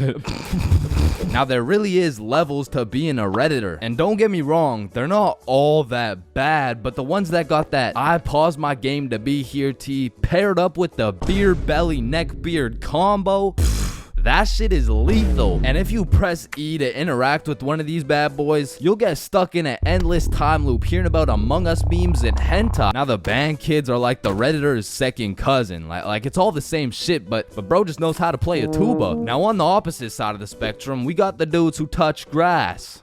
The athletes. Now, I feel like these dudes got a bad reputation when it comes to the jock stereotypes from the movies, because the ratio of athletes shoving nerds in lockers is probably like 1 in 75, and the one was most likely just having a bad day. Speaking of bad days, getting shoved in a locker really has a way of ruining your day, and you really gotta feel bad for the nerds who have to endure this type of harassment every single day. Well, actually, it's only every other Tuesday after their football practice. Yeah, but you shouldn't have to be shoved in a locker at all. You shouldn't have to be. That's grammatically incorrect. It's actually supposed to be you shouldn't shut the There's really just 3 types of smart people. The first dude, you wouldn't even be able to tell bro's smart because he's just lazy as fuck. He be acing every test using 1% of his brain power. Like he's got that Elon Musk potential, but shit, he just doesn't really feel like being a billionaire today. Or on the other hand, we got the weirdly political and argumentative smart dude. This guy used up all his IQ points on logic and reasoning and completely forgot to upgrade his social awareness, because this is the kind of guy that everyone mutually agrees is just annoying as fuck. Like, you can't do shit around this dude without him trying to start an argument. Yo, Chains, you think I sink this half-court shot? Bro, there is no chance you make that shit. But you are incorrect. No chance implies that statistically there is a 0% chance that it goes in, which is wrong, as others have made this exact shot before Billy. Truthfully, there's a chance for just about anything to happen, even though the chances may be slim. Well, that's cap, because there's no chance for you, bro. No chance for me to what? You gotta be more specific. For you to get some bitches. And some people are just smart, and they still have the ability to be a normal, functioning member of society. A lot of these people are chill as fuck. Like, they can teach you shit you don't understand, carry you in group projects, and if they're goated, they can just bless you with the homework. And this is not the same as getting your homework from the class clown or the athlete, because this shit is actually correct. And next, we got the other dudes who touch grass. The stoners. Why are you looking at me? There's always a dude posted up in the back of the class who's visually fried as fuck. You'll commonly see him posted up with a snack of some sort, and you know they never forget the bev. Now, you don't want this dude's homework, because I promise you, we will just have a bunch of doodles with some mushrooms and this graffiti S, and somehow these motherfuckers will manage to take a multiple choice test and get every answer wrong. Like, it's actually kind of impressive when you think about it. But besides that, they're just cool people. But I'm not gonna lie, I can't really say the same about the hot Cheeto girls, bro. Like, these girls put in an effort to be as loud as possible. Like, Lord forbid, if one of these girls breaks one of their long ass nails, it doesn't matter if you sit on the opposite side of the class, you're gonna hear about it. You're also gonna hear them chewing those hot Cheetos, because they be lip smacking like crazy. Speaking of smacking, there's always that one kid in school who simply enjoys smacking motherfuckers. And at my school, it was Jordan Johnson. And if you see my high school fights video, that's why you don't mess with me, yo. I'm Jordan Johnson. Or my high school dances video, Yo, I'm Jordan Johnson. you would know Jordan Johnson keeps a solid ass record. But it's at the point where bros fought so many people that nobody really even fucks with them. Cause now it's like either you fought Jordan Johnson or your homies fought Jordan Johnson. And either way, it's fuck Jordan Johnson. But all bias aside, you just got to appreciate the top tier, high value entertainment that JJ brings to the school. Like, after a long day of calculus and chemistry, there's nothing like watching a dude get Batista bombed in front of the whole school. And speaking of the whole school, 75% of the whole school are straight NPCs. And there's nothing wrong with it. It is what it is, because honestly, I love you for that. I couldn't be happier to share the school with you, my man. Because I'm not gonna lie, I don't think I would survive a school without NPCs. The sheer amount of Redditors, hot Cheeto girls, and teachers' pets, fuck. I'd rather be homeschooled at that point. But all jokes aside, man, every student plays a crucial part of the high school experience. So remember to appreciate everyone.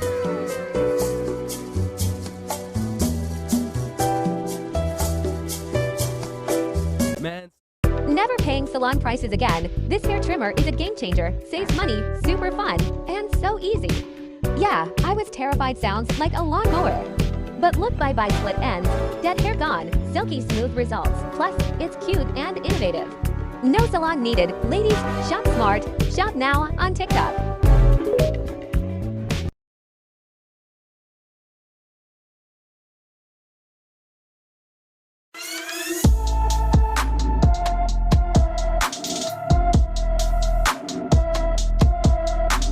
Uber Eats, food delivery.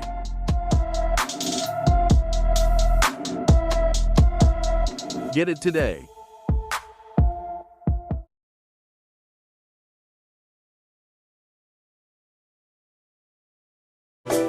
Man, sometimes this world can be a little cold. It can get a little gray, but there is nothing that can bring more excitement and vibrance to your life than having a crush. I mean, it gives you something to wake up for, something to smile for, someone to impress, and someone to be absolutely crushed by, leaving you more depressed than ever before. Which is when you get a new crush. I mean, crushes make the world go around. Everyone's had a crush at some point in time, and sometimes that shit gets too serious. I mean, I've had homies prepared to throw away their entire lives just to impress their crush, bro. Oh my god, look at these big weights. I wonder if anyone's strong enough to lift these.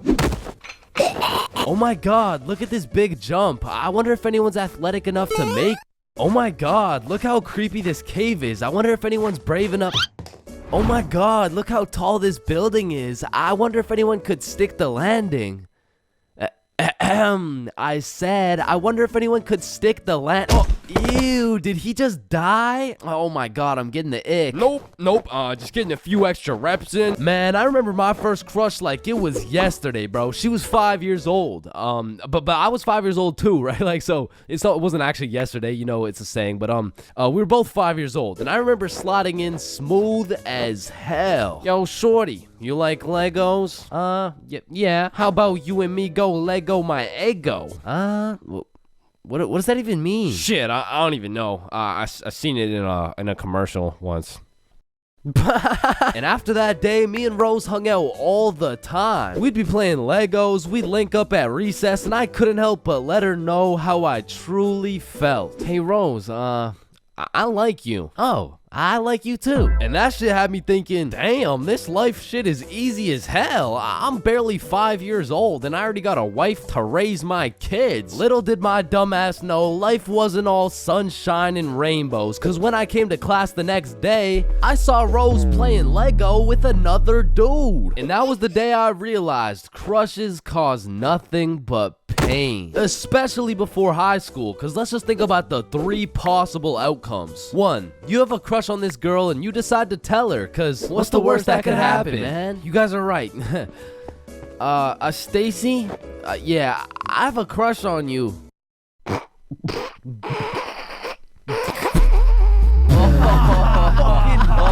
Ugly as fuck. Or 2, you never build up the courage to tell her and end up watching your crush sit in a tree with the faster kid who had the light up Skechers and the Charizard EX. And we all know what happens when Stacy and Jimmy are sitting in a tree. Or outcome 3, you confess to your crush and it's the perfect scenario. I like you too. Now you've officially started your first middle school relationship, which is probably the worst outcome of all, bro. Cause now you've been sentenced to 14 days of relentless cringe and countless awkward scenarios. And I say 14 days because that shit's lasting 14 days max, bro. Hey Stacy, do you want to be my girlfriend? Yeah, okay. Oh, yeah, awesome. Yeah, awesome. Woohoo.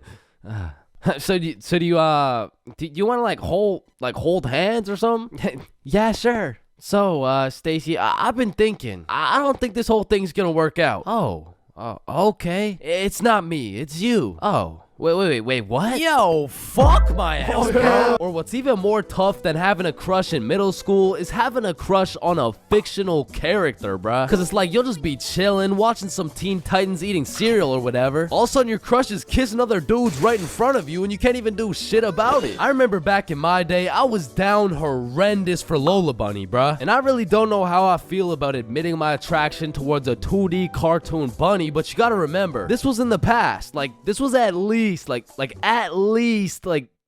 Sure, Jason Momoa has looks and style and charisma, but he doesn't have any shields right now.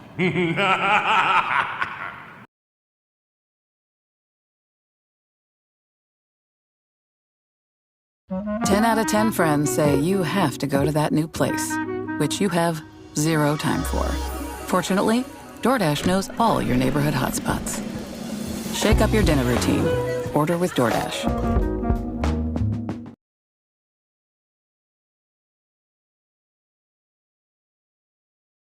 At least like 2 months ago. And maybe I'm tweaking on this one, but the red fish from Shark Tale, bruh, she was different, bro. And her name, I think it was Lola as well. Shit, maybe I just like cartoon girls named Lola or something. That's exactly what I want to hear. No. And I don't know about you, but for some reason, whenever I would talk to my crush, it was like I got an instant nerf, bro. I'm talking minus 10 charisma, plus 15 stutter, minus 5 strength, and plus 350% chance of getting put in a random ass headlock. Like, I could be in the worst scenario of all time with a girl who has 5 kids and is married to a member of the cartel. And just cause she's not my type, I'll get an instant stat boost that'll have me pulling like Mr. Duke Dennis himself. But put me in a room with my crush and all of a sudden I got the same charisma as fucking McLovin. Hi. Hey, it's 10:33. What? AM. Like in the morning. Like I'm saying, it's 10:33 in the morning. Fuck. And on top of your crush turning you into McLovin, it also leaves you open to the inevitable pain of being embarrassed in front of your crush. And man, let me tell you, there is nothing quite like it. It was a beautiful sunny day and I was in grade 2 wearing my favorite bright blue basketball shorts in math class, gazing out the window at those shiny old monkey bars, excited for recess. And when the bell rang, I hauled my little ass over to those bars and I was swinging like there was no tomorrow. And before I knew it, the whole class was on these monkey bars, which quickly turned into chicken fights, and I wasn't complaining. I mean, hanging from a bar and kicking the living shit out of some toddlers? Sign me up, you know what I'm saying? So I'm in line watching these grade 2 gladiator battles go down until it was my turn, and when I step up to those bars, I look into the crowd and see my crush of 2 weeks, Lexi. And now that Lexi was watching, there was no chance I was about to lose this fight in front of her. But as I look over to see who my opponent is, I realize it's Axel. And Axel was known for being the undisputed chicken fight champion. Legend had it he once took on 3 dudes at once, pause. So I knew going into this, I had to lock the fuck in, bro. So we climb over to each other and he's kicking my shit in off rip until I hit his ass with my specialty move, the Python Squeeze. And in 10 seconds flat, let's just say I folded that motherfucker's clothes. With him still in him, and everyone was hyping me up because I just did the exact equivalent of dunking on Michael Jordan in his prime with Beyonce watching. So of course Axel's pissed. Hey Chains, you, me, rematch now.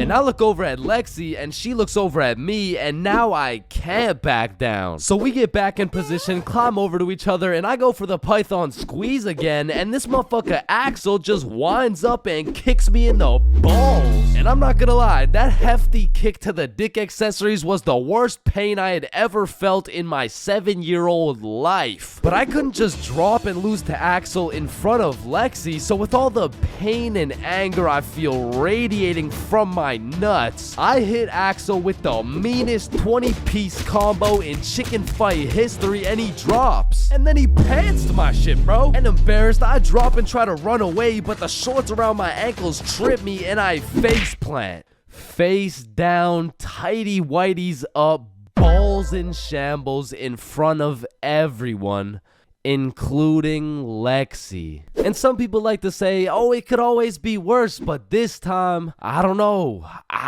man. I don't know. So the moral of the story is, man, fuck Axel, bro. Alright, I already touched on the unspeakable things that go down in the high school bathrooms, bro. But there's only one place on earth that is more foul than those bathrooms. And it's the goddamn locker rooms. That room smells like complete and utter dog shit mixed with Axe spray. Like maybe I just went to school with a whole lot of Discord mods, but the rancid smell of the boys' locker room would contaminate anything in a 50-foot radius. And shit, Lord knows what goes down in that questionable place. Like you'll walk in there and see anything, bro. Motherfuckers will be having fights, chicken fights, group fights, sword fights. Like any laws and rules simply don't apply to the boys' locker room. Motherfuckers will be throwing hands, selling drugs, committing arson, committing several counts of fucking tax evasion, shit, you name it. It's pretty much a GTA lobby in that bitch. Like I remember one day I walked into PE and my teacher was like, hey, where's your PE strip? And I was like, shit, it's in the locker room. So I walk into the locker room and there's just two motherfuckers throwing hands and they just stop and look at me like, oh shit, I'm gonna just get my backpack and shit, so yeah. Alright, y'all be safe. And then they just went back to beating the shit out of each other. Now listen, I don't spend too much time in the girls' locker room, but anytime I walk by there, that shit smells like rose petals and rainbows. So I can only imagine there's no group fights, no chicken fights. Hopefully no fucking sword fights. And bro, you deadass can't leave shit in the locker room. Like if you leave anything not locked up, it's gone. These kids are ruthless, bro. They're snatching your wallet, your phone, your clothes. Shit, they're taking your PB&J sandwich. And the thing is, if you want your PB&J back, you're gonna have to get it back in blood because there's no laws in the locker room. See, if someone snatched my sandwich in math class, I'm turning into 6'9", bro. Mr. Cumminson, Jordan Johnson here, who lives on 123 Stickman Drive, postal code STK53Z, just stole my peanut butter and jelly sandwich my mom made me, so I'm gonna need his ass suspended. Need a toolkit? Here's 3 great options from Harbor Freight. The Pittsburgh 130-piece kit is compact, portable, and packed with essentials, perfect for home repairs and DIYers. The 225-piece Mechanics Toolkit provides more specialty tools for even greater versatility. And finally, this 301-piece Mechanics Toolkit includes the most used automotive and mechanics tools. No matter what you're working on, find the toolkit you need at Harbor Freight.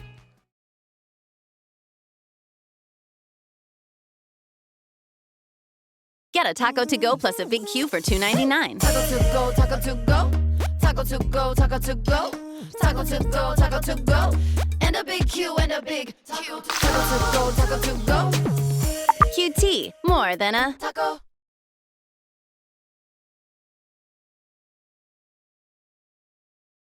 As suspended. But if you try to tell a teacher about anything that happened in the locker rooms, they don't give a fuck. Mr. Principal, Jordan Johnson just stabbed me and stole my backpack, my phone, my wallet, and my ID. Damn, I'm sorry to hear that. Where did this happen? It was in the locker room after PE. Oh, you said the locker room? You're just gonna have to get it back in blood. Back in blood? What are you talking about? Yeah. I'm not gonna lie. The way you're snitching right now, you kind of look like a bitch. But yo, one time me, Billy, and Bob were coming back to the locker room after some good old dodgeball, and Billy notices a dude rummaging through his backpack. So he's like, yo, what are you doing, bro? But when he turned around, Billy was bamboozled to find out the kid rummaging through his bag, he was special. And there was just this moment of silence. Yo, am I supposed to like beat his ass right now? Or bruh, I'm sure you didn't take anything. Just politely ask for your bag back. All right, yeah. Oh, hey man, can I get my bag back, please? And the kid just hugged Billy, and then he left. And I'm still confused to this day, but I'm gonna be honest. Locker rooms weren't all that bad, cause sometimes you'd walk in that hole and they would just be throwing a party. Now it still smells like ass, and there was literally no females, but it was still kind of lit. Like you'd walk in there and it would transform into the club.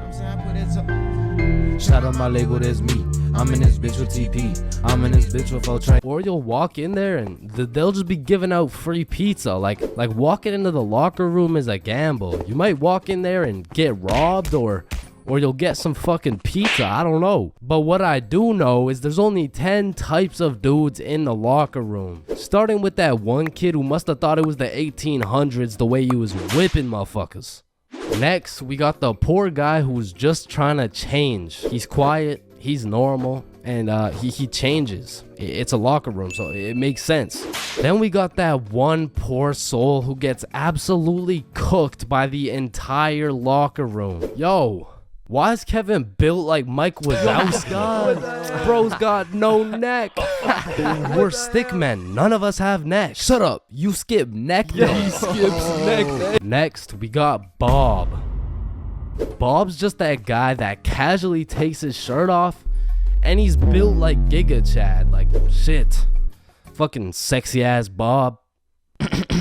And I don't know why, but there was always that one guy who thought it was a good idea to just whip his nuts out. Unprovoked, uncalled for, completely out of pocket. Like, what do you look like with your nuts out in a room with 30 half-naked sweaty dudes? Like, personally in that situation, I'm keeping my balls in my boxers. Thank you very much. And bro, tell me why there was always one kid who was just dousing himself in Axe spray. And it's always the mustiest motherfucker doing it too. Like, who's gonna tell him that Axe spray doesn't replace taking showers, bruh? And I don't know about your locker room, but for mine, there was always a dude eating. Like, out of all the places on earth, why are you eating in the locker room? Like, for some reason, there's something about eating around a bunch of dudes in their boxers that just doesn't sit right with me. I mean, simply by bringing that sandwich into the locker room makes it contaminated. That sandwich will be tasting like wet dog and Axe spray. And next,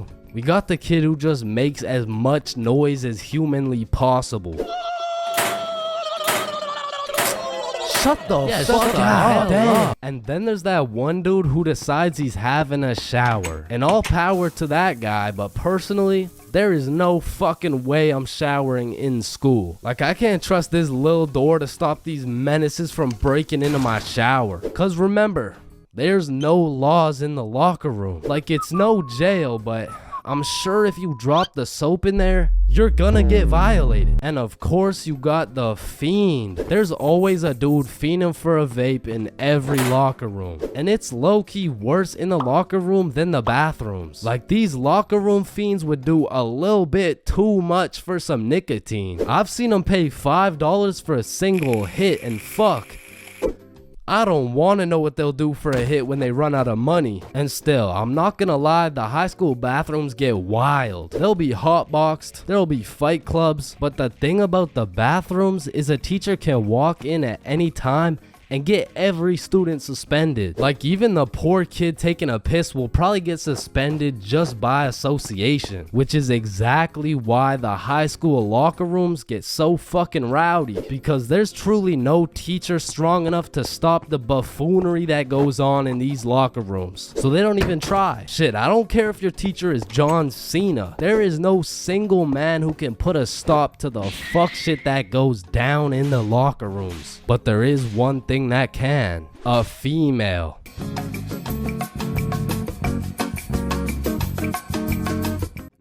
This portable power bank is a game changer. With 10,000 milliamp hours capacity, it'll keep your devices powered up all day long. Multiple charging cables are included, compatible with iPhone and Samsung. And a handy LED display shows the battery level. Never get caught with a dead battery again. Shop smart. Shop now on TikTok.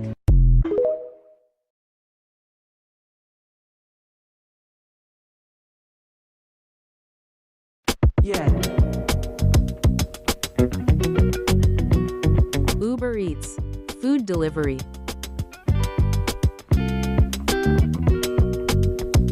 Download now.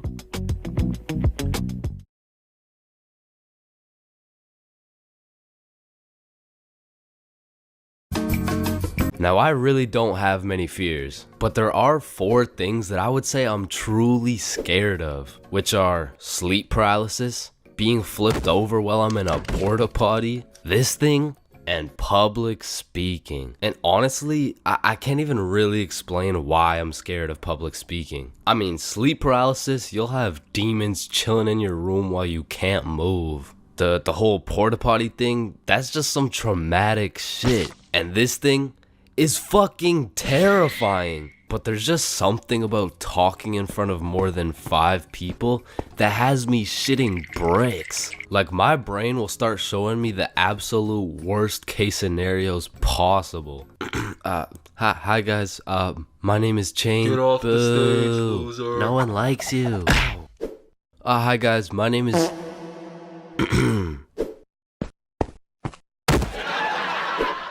So I volunteer at daycares because I really like young kids. I love young kids. I mean, like, not love, like they're only 4 years old. No, like, I'm not attracted to... Sir, hands behind your back. That's why I'm scared of public speaking. And even worse than normal public speaking was school speeches. And if you saw my going to school high video, you would know I have a pretty bad record when it comes to speeches. Sorry, Tyrannosaurus Rex has short arms. Yeah, it changed. Don't worry about it. You can sit down. You could just go tomorrow. It's alright. In fact, after I failed miserably while trying to present my speech well zooted, some motherfuckers was flaming me for it. So you know me, I had to get my get back. So when speeches came around next year, I put my heart and soul into that shit. And it wasn't just a speech, it was a spoken word, so it all had to rhyme. I mean, I was whipping up some heat. I was writing bar after bar like Kendrick. Shit, I had to have a fire extinguisher on standby while I was writing that shit. And I was never the dude to actually study. Like, I would start learning while I was taking the tests. If y equals mx plus b, then who invented the Eiffel Tower? Oh shit, I guess y equals mx plus b. I mean, even though I did bad on all my tests, maybe I can just get a job drawing stickmen or some shit. Anyway, so I never studied, I never did homework. But when it came to this spoken word, I had something to prove. I mean, it felt like motherfuckers was preying on my downfall. So I actually spent my own free time at home practicing and perfecting this spoken word. So by the time I had to present, I was prepared as fuck. I mean, don't get me wrong, I was still shitting bricks. But when I got up there, Chains, get up here. And don't stutter like last time, alright, buddy? He's gonna stutter for sure. Don't get on here rapping, I'm stacking, making it happen. Okay? I've been perfecting this speech while y'all jits was lacking. You don't want beef with me, I put you on a tee, I call that shit fashion. Okay. I'll put you in a box like some cereal. You'll get crunched, I'm the captain. Captain Crunch. Now let me stir it up like some mac and cheese. I want 100% like Curry from the 3. I'm talking all A's, no B's, bitch. I'm blessed like a sneeze. Blue 100's like the seas. I'm too icy, I might freeze cause I'm him.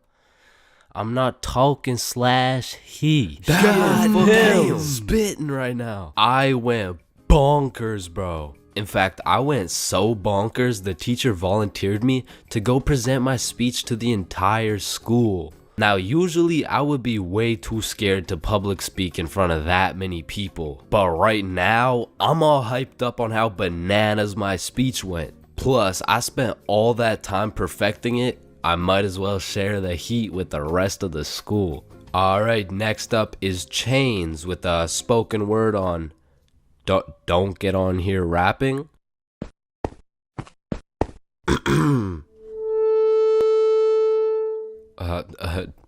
Don't get on here stacking. I mean rapping. Stacking, I'm happing. you don't want beef with me because, quite frankly, I will put you on a t-shirt. I mean, you could call that fashion. So thank you guys for having me. I fucking fumbled. I folded under the pressure, bro. With the entire school watching my fear of public speaking absolutely crush me. And that is the reason why I have a fear of public speaking.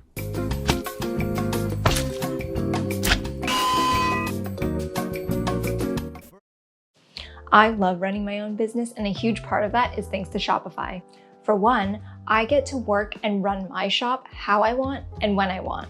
Second, there's a reason why Shopify is the most popular e-commerce platform, as it provides the best experience for both business owners and their customers. And third, you know those big brands and their awesome Shopify tools? Yeah, you get those too. So for anyone trying to level up their business, start your free trial today.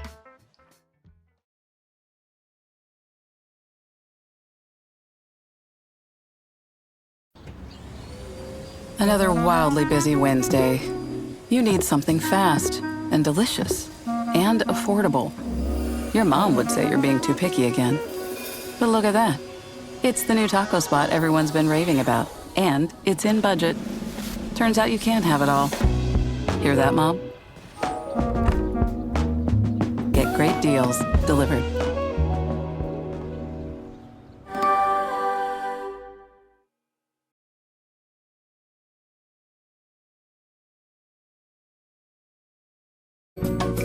First dates have the potential to be magical, fantastical, romantical, a night you will never forget. But they also got the potential to be straight booty. I mean, first dates are just a gamble, bro, especially if it's from a dating app. Like, you could show up to your first date with a 5'4" blonde Tinder girl and end up finding out she's 5'9".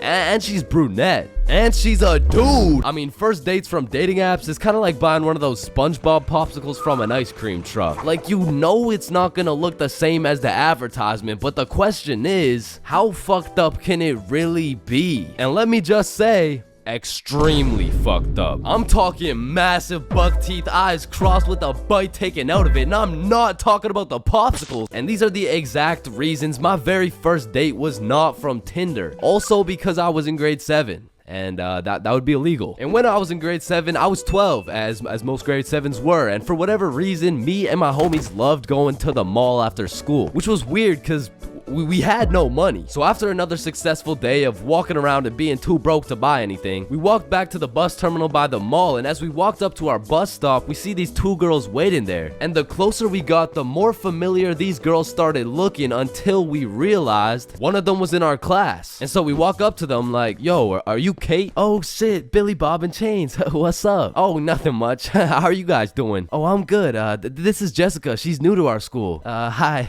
What's up? Hello, Jessica. What brings you guys to the mall? Oh, nothing much. Just walking around and not buying anything because we don't have any money. Yo, us too. And so we all get on the bus and we're just talking and shit for a good 20 minutes until my stop comes up. So I'll pull the thingy, but before I get off the bus, I ask Jessica, yo, Jessica, do you Snapchat by any chance? Yeah, I do. Let me add you. What's your Snap name? And I remember I had some shitty ass username like, oh shit, it's MLG Pro No Scoper Illuminati confirmed. Yo, kid, get the fuck off the bus. Sorry, 1 second, please. Where was I? MLG Pro No Scoper Illuminati confirmed. And when I got home, I went on Snapchat, accepted a request, and we started talking. And we snapped all night to the point I was smiling, kicking my feet in the air and shit. Yo, I'm coming in. No, wait, don't. I'm beating my meat. Wait, shit. Yo, what boy has you smiling like that? Boy, it's a girl. Man, shut the fuck up. Oh shit, you're serious? Wait, so the whole time you were watching Powerpuff Girls? It just had a good plot. Okay, bro. Okay, so this is what you gotta know. And my brother started running me through the do's and don'ts of being in a talking stage. Alright, listen. Don't text her too much, but don't text her too little. Don't talk to too many other girls. Yep, nope. That won't be a problem right there. Yep, I know, buddy. And you also gotta talk to her at school. So the next day at lunch, Bob, Billy, and I walk over to Jessica and her two friends, and we start talking again, and we make plans to go to the mall together. And boom, all of a sudden we started forming a little friend group. It was me, Bob, and Billy with Jessica, Kate, and Nikki. And we started hanging out damn near every day, hitting the mall, buying nothing, going to Nikki's house, doing nothing. But we had fun, and so inevitably, Bob and Kate start having a thing, Billy and Nikki start having a thing, and that just left me and Jessica. And so one late night, we're on Snapchat with my feet kicking in the air faster than ever, and Jessica hits me with a, so I've been thinking, well, I like you. I like you back. So, and I typed up, do you want to be my girlfriend? I fucking threw my phone across the room, nervous as hell. I get the notification, and when I go to check what she said, she was like, yes, I do. And call me Josh Giddey, the way I just bagged this 12-year-old. But the next day at school, when me, Billy, and Bob walk up to our girlfriends, I started getting all nervous and shit. There was something about the title of being a boyfriend that just had me shitting bricks, bro. It was like, hey, Chains, how are you? Oh, you know, I'm good. Oh, yeah, how are you? Oh, I'm good.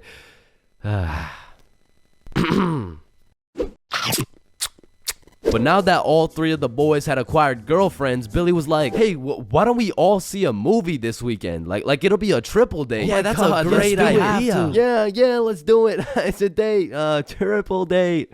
Yeah, fuck yeah. And by the time the weekend rolled around, I was still terrified of the fact that I was going on a date, and to be honest, I was also scared of the movie, bro. We came to watch It, which as a 12-year-old sounded like straight nightmare fuel, bro. But nonetheless, me, Bob, and Billy hop on the bus and arrive at the movie theater, fashionably late. And so when we walked through the doors, there was our three little girlfriends excited for our first dates. Need a toolkit? Here's 3 great options from Harbor Freight. The Pittsburgh 130-piece kit is compact, portable, and packed with essentials, perfect for home repairs and DIYers. The 225-piece mechanics toolkit provides more specialty tools for even greater versatility. And finally, this 301-piece mechanics toolkit includes the most used automotive and mechanics tools. No matter what you're working on, find the toolkit you need at Harbor Freight.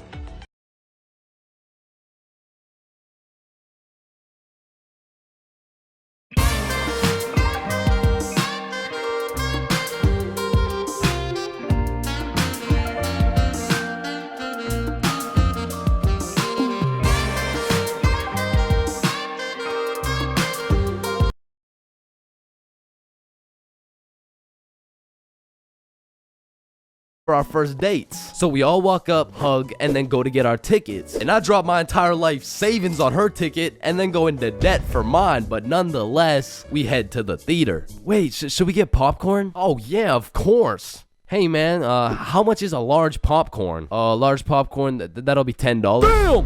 What happened? Are you okay? Yeah, I just realized they ran out of popcorn. Are you fucking stupid? Yeah, no, don't worry. Thank you, man. Is it no problem? Have a good day. And we got to our seats and sat down, and the movie began. And as the movie progressed, I realized it wasn't even too scary, but about 20 minutes deep, I get a tap on my shoulder from Bob. And he gestures to me the fact that him and Kate are holding hands. And I look over to Billy and Nikki, and they're all cuddled up and shit. Which meant I had to make a move, bro, which inconveniently made my hands start sweating bullets. So now I was in a position where I couldn't just grab her hand while my shit was sweaty as hell, cause then she'd think I'm weird. But then I also couldn't just sit there and do nothing the whole time, cause then she'd also think I'm weird. So I just started doing the only thing I could think of, which was blowing on my hand like some hot soup, and believe it or not, made me look fucking weird. But at least my hand was dry, so I go and hold her hand, but when I do, I make a grave mistake. A tactical error, bro. When I held her hand, my hand was on top and hers was underneath against the armrest, and my dumbass was scared I was gonna crush her arm or some shit. And I don't know where I got the idea that I even could crush her arm from, bro, because those 12-year-old stickman arms couldn't crush a fucking pretzel if they tried. But for whatever reason, I decided my best option would be to hover my arm slightly above hers so my 1-pound arm couldn't come down and fucking demolish her forearm. And you know, this was cool for about 60 seconds until I started feeling the burn, which started hurting so bad that I forgot I was even watching a movie. I was just 100% focused on thugging this shit out. And about an hour into the movie, I was just fucking shaking relentlessly. I mean, at this point, it wasn't even about not having this girl think I was weird, because Lord knows it was too late for that shit. But now it was about proving to myself that I could finish the movie this way, and sure enough, I did. But at what cost? Wow, you were so scared you were shaking, huh? No, I wasn't scared at all, actually.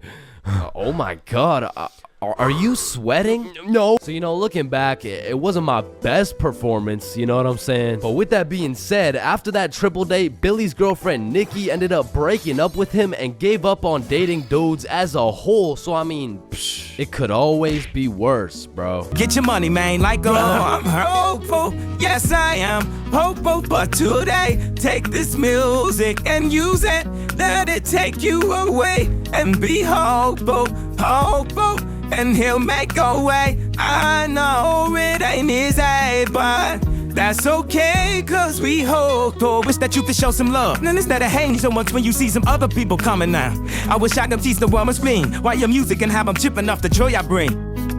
I wish that we can hold hand. Listen instead of dissing lessons from a grown man. And I wish the families that lock, but got love, get some stocks, brand new shock and a lot, but some gloves and I. Man, family functions have the weirdest dynamic, bro. Like, how have you known these people your entire life, but have still never gone past a surface level conversation?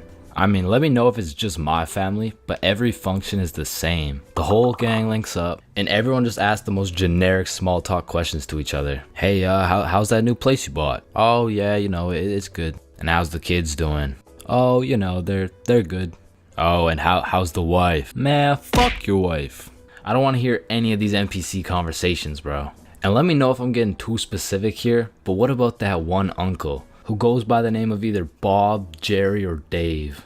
And this dude will just always be saying the most out-of-pocket things imaginable. Oh, how's your daughter Jane doing? Oh, Jane's always been hot, eh? Bob, she's 15. This uncle be at the family function thinking it's Coachella or something.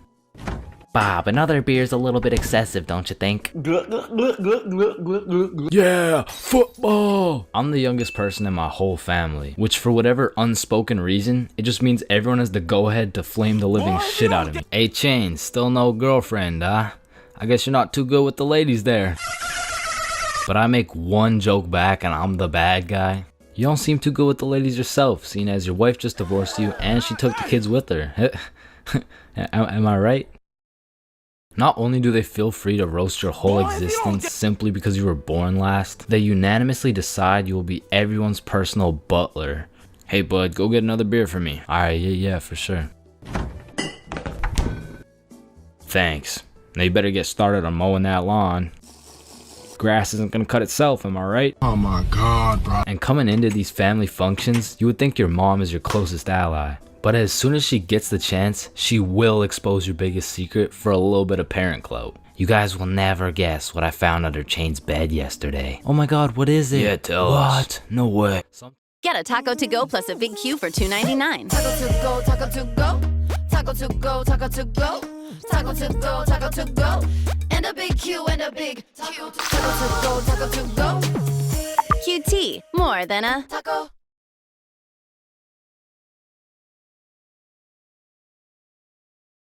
I can't wait for tonight. The kids are coming? Great. No, Uncle Todd is out. Oh wait, he's in? Chris and I broke up. We're back together! Easy Glide extendable tables, now available at Ashley.